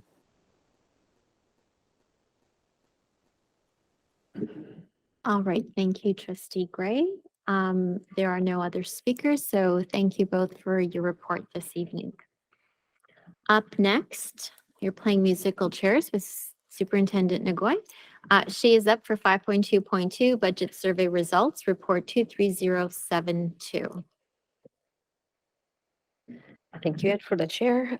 To all trustees, we do have a summary of the survey results for the budget development process for the upcoming year. We have seen quite a drastic decline in the number of responses. We've had as many as almost about 2,000 in the past. So about 724 responses currently, most of those being received from parents and guardians, and then staff members and students make up about 4%. In the appendix, you do have attached the report with a bit more details in terms of the themes that we have seen, focusing on the ones that we have an impact on, because as trustees know, a lot of our funding is regulated, mandated. A lot of the there's decisions that are provincially being taken. So a lot of the comments that have been provided are not necessarily within our area of decision making, but those that are summarized in this report. And I just wanted to highlight a few of the things that have come out of the survey. There is a strong consensus with regards to increasing professional development for staff, students, and sessions with the parents and guardians for the various pillars within our multi-year plan, as well as increasing staffing that are student-facing, teachers, resource teachers, special education, mental health type of staffing. An investment in programs has also been one of the areas that has come up in many comments with regards to academic programs, but also extracurriculars were another area that were of interest to the respondents. The environmental leadership section has had many wonderful comments and ideas, and I know that we do a lot of those things, but more, in select locations as opposed to consistently for the system. And Superintendent Gaudette has been taking a look at those as he is developing the sustainability plan. And there is a continued support for investments in the Indigenous perspective and awareness, as well as looking for increased opportunities for the entire system. I'd be happy to take any questions. I just wanted to mention with the grants for student needs, we will have a report at the next board meeting with a few more details with the release from the prior, from Monday. All right. And with that, we do have a speakers list. So Trustee Collard, you're first up. Thank you. I just wanted to thank you for doing this annual ask of our community, what's important to them regarding the budget. And I look forward to seeing how you embed these ideas in next year's budget. Thank you.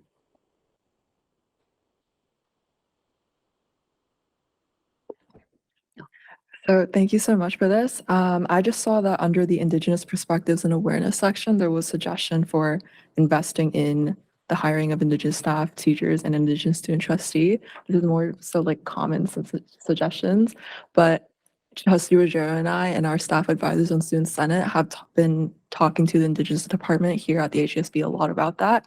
And kind of what we've reached to is there's just a lot of discussion that needs to happen on that. So Trustee Ruggiero and I were just thinking of some other suggestions. If funds were allocated to this, where else could it go? So I will pass it on to him. Yeah, Trustee Ruggiero, go ahead. thank you. Thank you. Through the chair to Superintendent Ngoy. So really just to add on to Trustee Wang's comment about, discussions with the Indigenous Perspectives Department. We've had rich conversations about the potential impacts of putting an Indigenous trustee into a traditionally like a colonialist system as a school board. So we've had discussions with Indigenous trustees in the TDSB and through our resources and connections with the Ontario Student Trustees Association. So we're in contact with the Indigenous department here at the board to figure out a solution that suits Indigenous students, but specifically is led by Indigenous students. And we strongly believe that this initiative, if there is to be an Indigenous student trustee, that decision should be made by the Indigenous population as a consensus and not by something Trustee Wang and I should make. So we fully support the continued funding of Indigenous platforms. So whether that's a student trustee or whether that's something to support Indigenous student self-governance. So maybe funding to support a student senate, but that is a self-governing student senate for Indigenous students within the board. But I would just like to recognize and thank for bringing this forward about increased funding for Indigenous perspectives, as that's something that Trustee Wang and I are really trying to work on within our term and in the last few months with the Indigenous department. So we look forward to seeing where those funds go and connecting in the future about that. All right, seeing no further speakers. Thank you, Superintendent Ngoy, for your report this evening.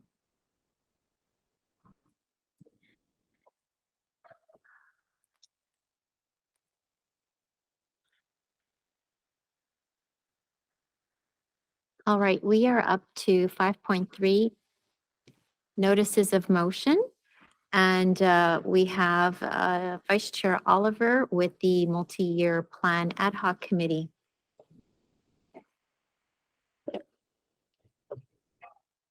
If I may, through the chair, just open with a few remarks. I'm excited to see Trustee Oliver putting forward this motion that speaks to forming an ad hoc committee to deal with the foundational elements, which dovetails very nicely with the recommendation that I made earlier, that also this ad hoc committee would be within a sort of manageable number. And it sets out for us there the numbers of staff and trustees who would be a part of this and who would help in the creation, design, and co-creation of making sure that we are addressing everything that we say that we would through the foundational elements. And so I'm excited about this possibility. Yes, to build on that, colleagues, I'm very excited to bring forward this report and the recommendation to you. I know that you have seen earlier drafts, and I incorporated your feedback and answered your questions, and I thank you for sharing your perspectives with me. I'll just explain why I'm proposing and calling this the Foundational Elements Ad Hoc Committee, and that's because that is precisely the objective of this endeavor. It's to focus on the foundational elements of the multi-year plan, to identify our challenges, our deficits, and learning needs around those 5 foundational elements of adaptability, relationships, communications, engagement, and accountability. And I think we can all appreciate that these elements do not only pertain to the current multi-year plan, they will also be very much relevant to any future multi-year plans that we embark upon developing in the next several months. And these elements themselves are germane to our role as trustees. And so this report, I believe, complements very well the report brought forward earlier by Director Annis. And I believe that this initiative will serve us all very well in moving forward as we work together and collaborate with the senior team, and as we fulfill our roles as trustees and work with our individual and collective HDSB communities. And I look forward to your support. Thank you. I will look to our speakers list.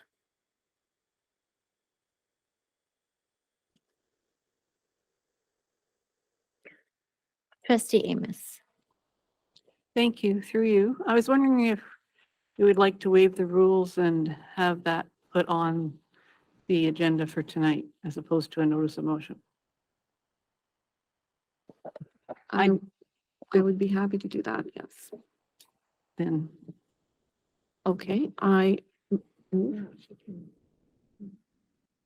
Would you like to make that motion to I would like suspend the to make a rules? motion to waive the rules to put the motion that trustee Oliver was just speaking about regarding the ad hoc committee. I'd like to make a point of order. This report was on a previous agenda. And so it probably shouldn't have been placed where it is on this agenda because while there have been edits to it, the report did exist on a previous agenda and it probably should have been put under action for this evening. So I'm not sure that we actually need to pass a motion because this has been on an agenda before. This is not, the amendments to it perhaps came a little bit late, but the item itself existed on a previous agenda. Manager Carrillo, could I look to you for So your thoughts I on will, that? I will speak to that. Okay.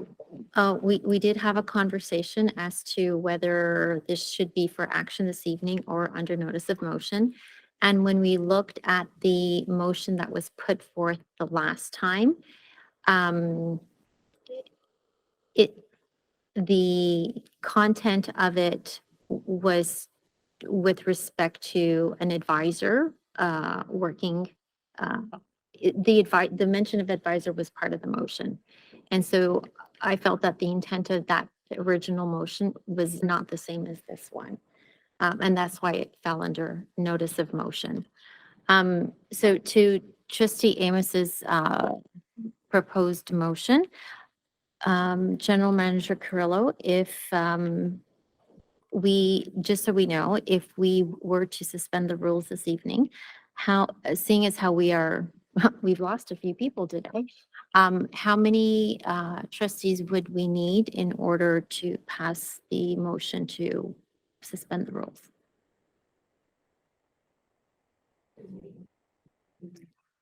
Are we down to 8? 2, 4, 6. I'm here. Oh, you're back. Okay. I am back. Okay, so 2/3. So we would need 6 people to waive the rules.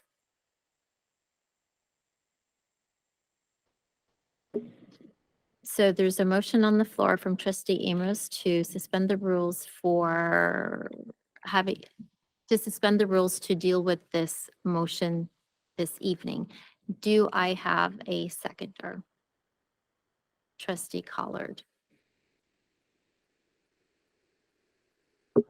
Are you ready for the question?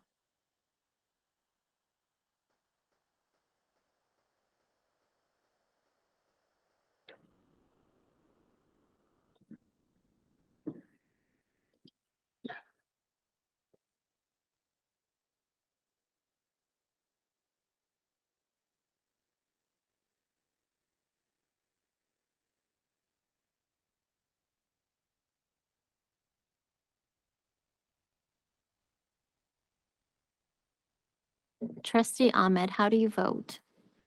I vote in favor, please. Okay, so that motion does not carry. So the motion will stay as a notice of motion and will appear, oh, sorry, I have to read the votes. So those in favor are trustees Amos, Gray, Collard, Oliver, and Ahmed. Those against are Zhang, Baxter, and Rocha. Okay. So that motion will stay under notices of motion, but will appear as an action item May 3rd. All right. I will go back to this. Trustee Amos, you still have time. Did you have a follow-up question? no question, I fully support the motion. I believe it's works very well with the motion that's already been passed from the director. And I believe that the two in partnership would be a very good thing for all of us. Trustee Gray. Yes, thank you through the chair. I just wanted to say, I want to extend my thanks to Trustee Oliver, who has worked tirelessly at listening to all of our concerns, requesting feedback and input, making many calls and spending countless hours and working so very hard and diligently to try and bring us together to find a common way forward. When I read this on earlier, I was blown away that the professionalism with which this report is written and the content, but also where it's heading for us. I was totally so much in support. While I'm disappointed that we don't get to vote on it tonight, I look forward to it coming back again in the future, and that hopefully in the time that passes between now and then, we will have further consultations occur, and we'll have alignment by the next time we see this. Trustee Collard. Thank you. Yes, I was also very much in support of this motion, and I was looking forward to voting on it tonight. I didn't realize that it wasn't going to be in the action items, and so that I was a little bit surprised when I saw that it was still under notices of motion, and I thought it was just a typo. But unfortunately, I guess we won't be voting on this tonight, but I look forward to voting on it on May 3rd. All right, there are no other speakers, but I'll add myself to the speakers list.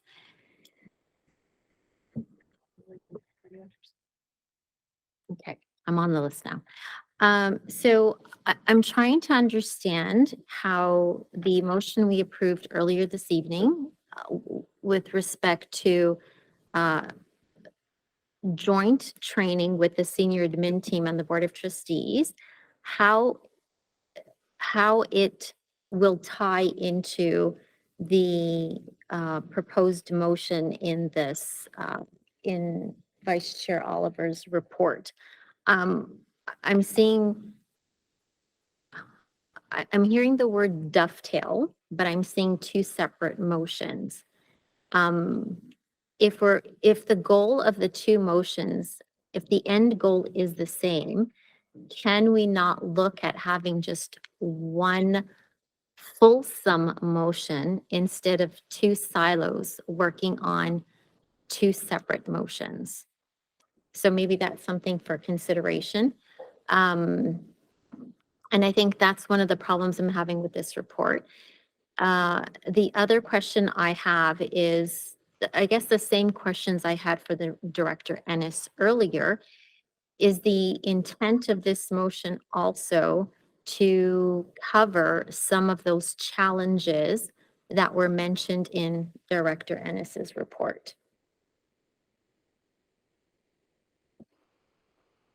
Yes, I believe that this proposed pathway and the strategy that can be developed will provide opportunities to address whether it's challenges or deficits or training needs within the scope of each of the domains of the 5 elements.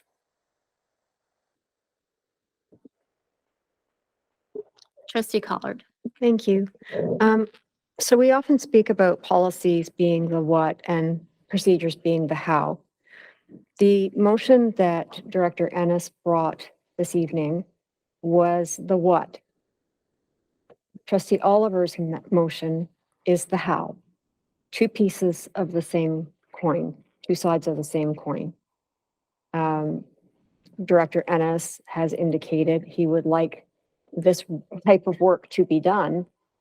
And Joanna's motion, or report rather, which pre-existed Director Ennis's report, already had the how in it. So his report, which was written after, which we actually now have already approved, it was defining the what to accompany Joanna's how.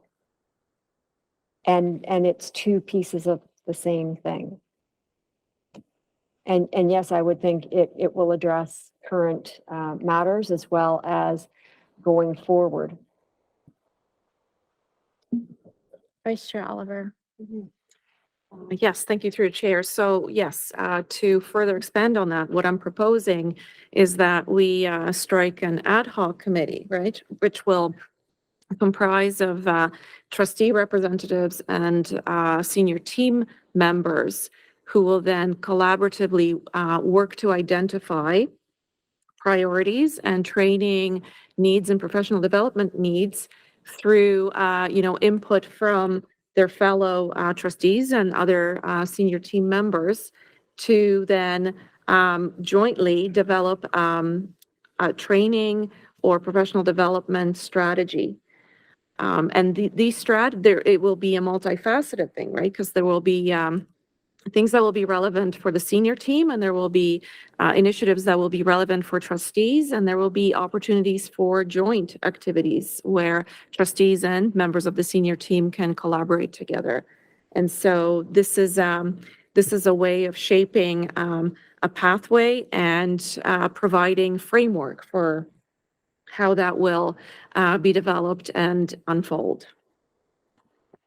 All right, I'm looking at the time. It's 11:01 PM. I will need a motion to extend the meeting. Would someone like to move a motion to extend? Trustee Zhang, how much longer, or how long would you like to extend the meeting? 20 minutes. All right. Can I have a seconder? Vice Chair Oliver. All right, so be it resolved that the meeting be extended by 20 minutes, so 11:22 PM. Are you ready for the question? All right.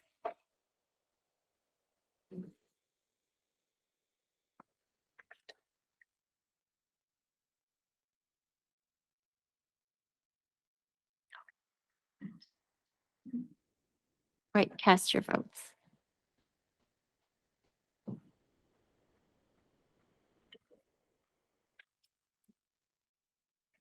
Okay, that vote carries, but not unanimously.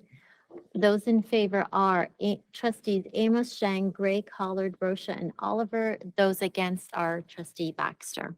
Okay, seeing as how the motion has carried.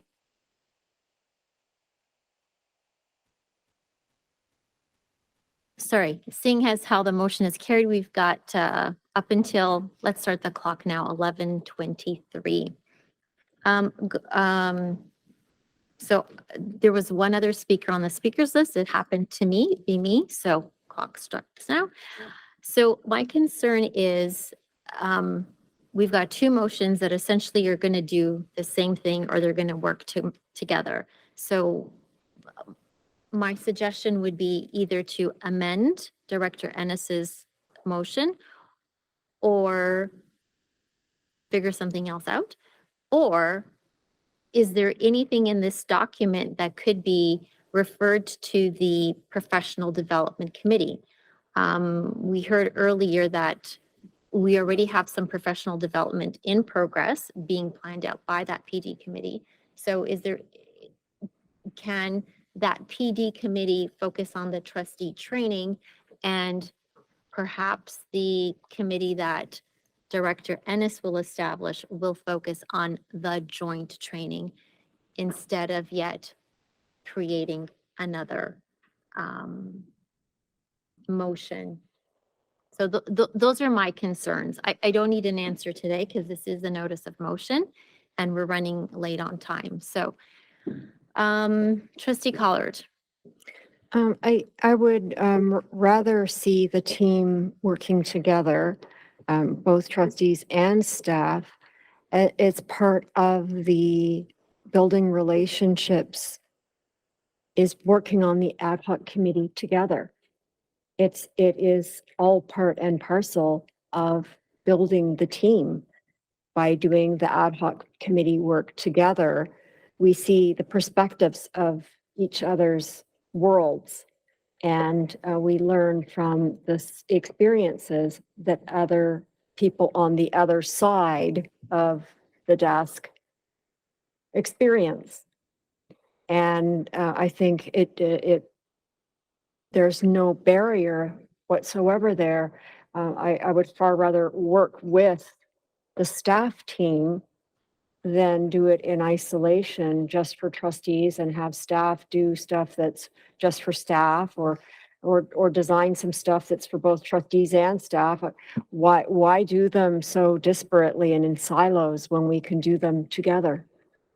We can build a roadmap together, bring a report back together, and the report will say, here are some areas that the trustees would like training. Here are some areas that the staff would like training. And here are some areas where we would both like training, and bring that report together jointly.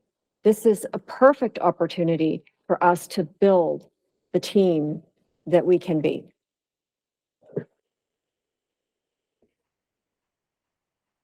Okay, there are no further speakers. I have one final and last question, and that is Director Ennis, with the creation of your motion, did you envision or plan on including trustees as part of your group to plan the training you're proposing? Absolutely. All right, thank you. Seeing no further questions, I will move on to the next item, which is the director's report. Go ahead, Director Ennis. Thank you so much. I asked staff to be as concise as possible, given the time. I'm going to ask Superintendent Nagoy, you're first up. Thank you. The grants for student needs were announced on Monday, so there's lots of reading still happening to try to dissect the information. We'll bring more details at the next board meeting in a board report. Just a couple of highlights. There are increases year over year. These certainly include salary and benchmark increases for non-salary items as well. We are looking at new funding for the transportation allocation, some changes to the Indigenous grant. There is mention about schools may provide remote learning and some supports for remote learning administration of those environments. As well as there was over $300 million announced for additional supports for literacy, numeracy, and de-streaming. So those are some good news in terms of additional funding and resources that will replace some of the funding that we're losing, namely the tutoring supports from this year and the COVID funding, which for us was over $13 million as a board. So we have to go and see what that means for our board. What is our percentage? It certainly will not replace all of it. The other good news that was released is the confirmation that the support for student funds is also continuing for this year until the labor negotiations are being finalized. And that for us is over $6 million. So that's a couple of good news stories. And I'll bring more details at the next board meeting. Thank you. Okay, thank you. Next up, General Manager Thibault and Northeast Oakville #1. Through Chair Rocha to the trustees, just to report that on Monday evening, the town of Oakville approved the zoning bylaw as well as the draft plan subdivision application that was led by Sixth Oak Inc., which has our secondary school site located within it. You'll note that there was a media release, I think it came out yesterday evening, that stated that we've, set the timing for when we're opening the school. Not quite, no. So I might have to check. So we've advised the media outlet just to clarify that this is just another step in the development approvals process, and that timing is going to be very much contingent on when we get that shovel in the ground, and 3 to 4 years from there is when we're hoping. It's probably just something that was pulled from the staff reports that's provided us aggressive schedule to get us in as quickly as possible. And I think everyone's really excited to see the school open. So that's probably part and parcel as to why that was made. Yeah, it's 2026, 27 school year at the absolute earliest, if everything goes well, is what I'll say. I'm happy to take any questions on this matter. Thank you. Superintendent Frankovich, you have a few items on here to just update quickly for me. Thank you. Okay, first off, we have our Bay Area Science and Engineering Fair at the awards ceremony at Mohawk College on March 28th. Our students absolutely cleaned up, winning many prizes. Grand prizes went to top elementary school team was W.H. Morton, and top secondary team was Oakville Trafalgar High School. And it was nice to visit both schools and actually have both teams of students at each of the schools waiting in the front foyer for their trophy to arrive. We also had our Halton Skills competition over at MMR on March 30th. Secondary students were excited to have this back to being an in-person event for the first time in 3 years. Our school program staff came together to create an experience that was second to none.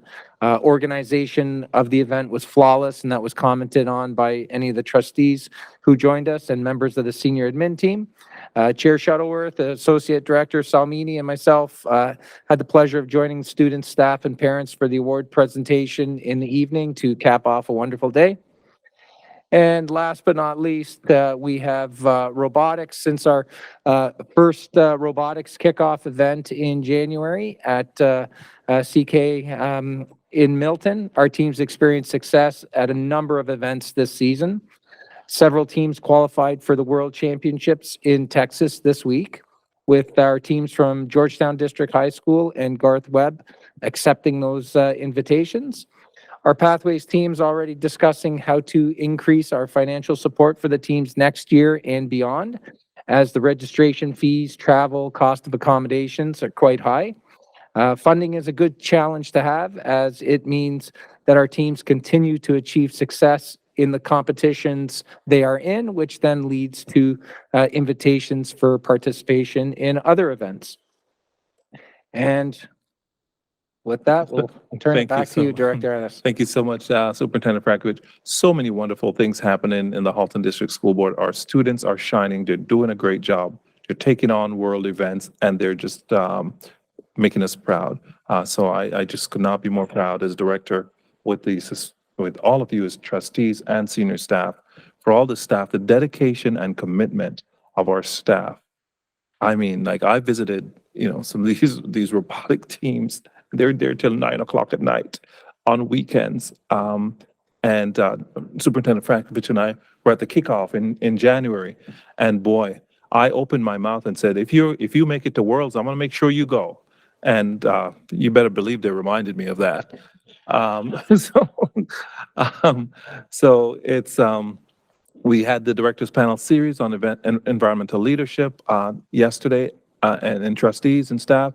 If you haven't had a chance to see it, I implore you to go and watch it. We have some students in our board who are just unbelievable in terms of their knowledge, their action, and the things. They're just world changers. So please watch it, because you're going to be blown away by some of the students that we have. And this year in particular, we've highlighted students and student voice. And so I want to thank Pardeep Singh Nagra, our Human Rights and Equity Advisor, for his leadership in this as well. And this has been a wonderful event. We have the Black Leadership Conference of Dr. Frank J. Hayden last week. It was an amazing conference. We had a great time.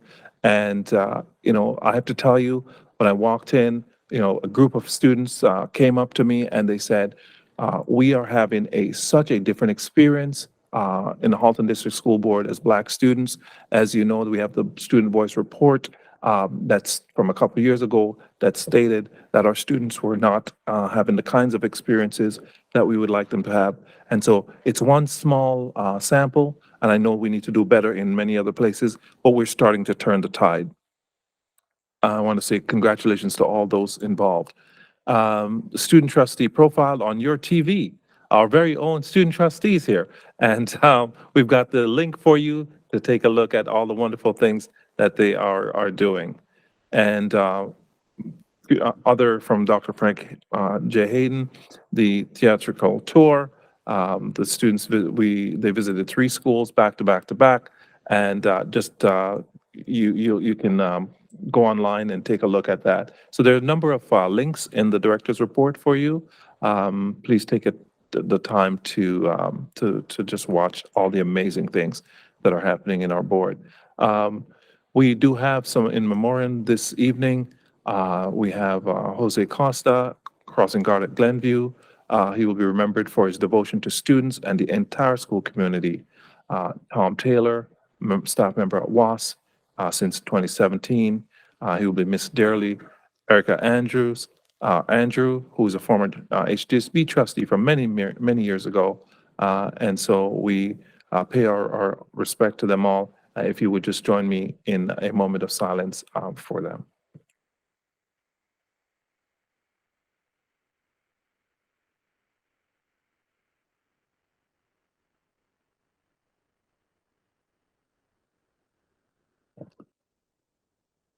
Thank you, and that ends my report for this evening. Thank you, Director Ennis. Trustee Amos. Thank you, through you to the director or to Superintendent Frankovich. For the robotics, is the robotics now in all high schools or is it still only in some? Do you know?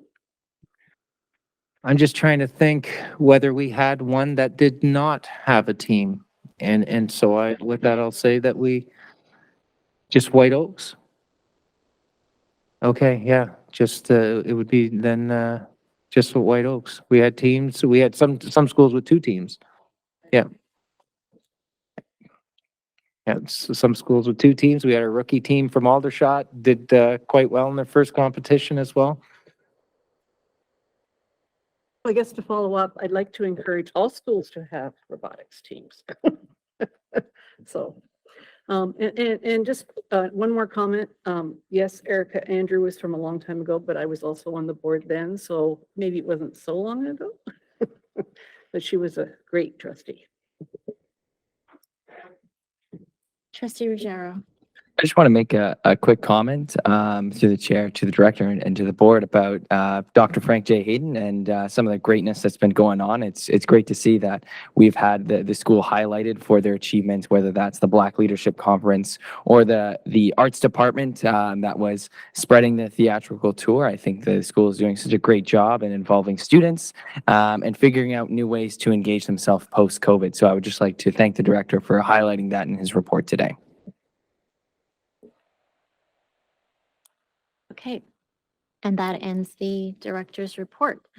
5.5 communications from the chair. There are 3 letters attached in the agenda, and those are letters from different school boards that we were privy to receive a copy. 5.6 committee reports. Are there any committee reports for public? Trustee Collard. Thank you. This is sort of committee report adjacent. Next week, we were supposed to be having a board meeting, and we're no longer having a board meeting. We've talked about bringing the professionalism policy to committee of the whole, and I know that our agendas for committee of the whole are quite packed for the next couple of months.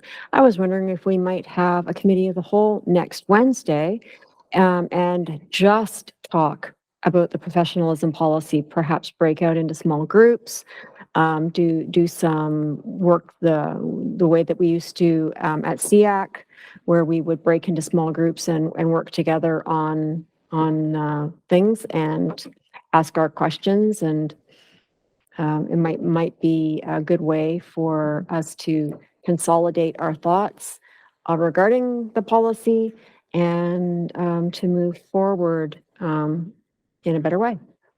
Your vice chair. We'll take that under consideration. Thank you. All right. All right. Any other committee reports? Great. Seeing none, we're up to trustee questions and comments.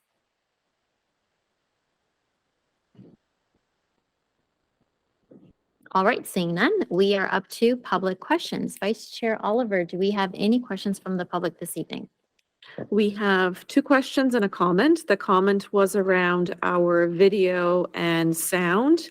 There was video, but there was no sound, and we had identified the issue at the beginning of the meeting, and I know our team worked very hard on alternate solutions, and hopefully in the end, it all came together. The question that we received states the following. Given that the OTHS Council delegation I heard this evening has confirmed that its own survey responses were misrepresented, how can any of the data and selected quotes be used to inform any policy development?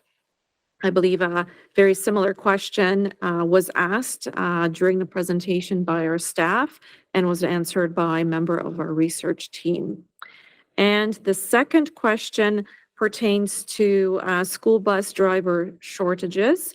So we will ask staff to look at that question and respond to the person asking it directly. All right. And that concludes public questions.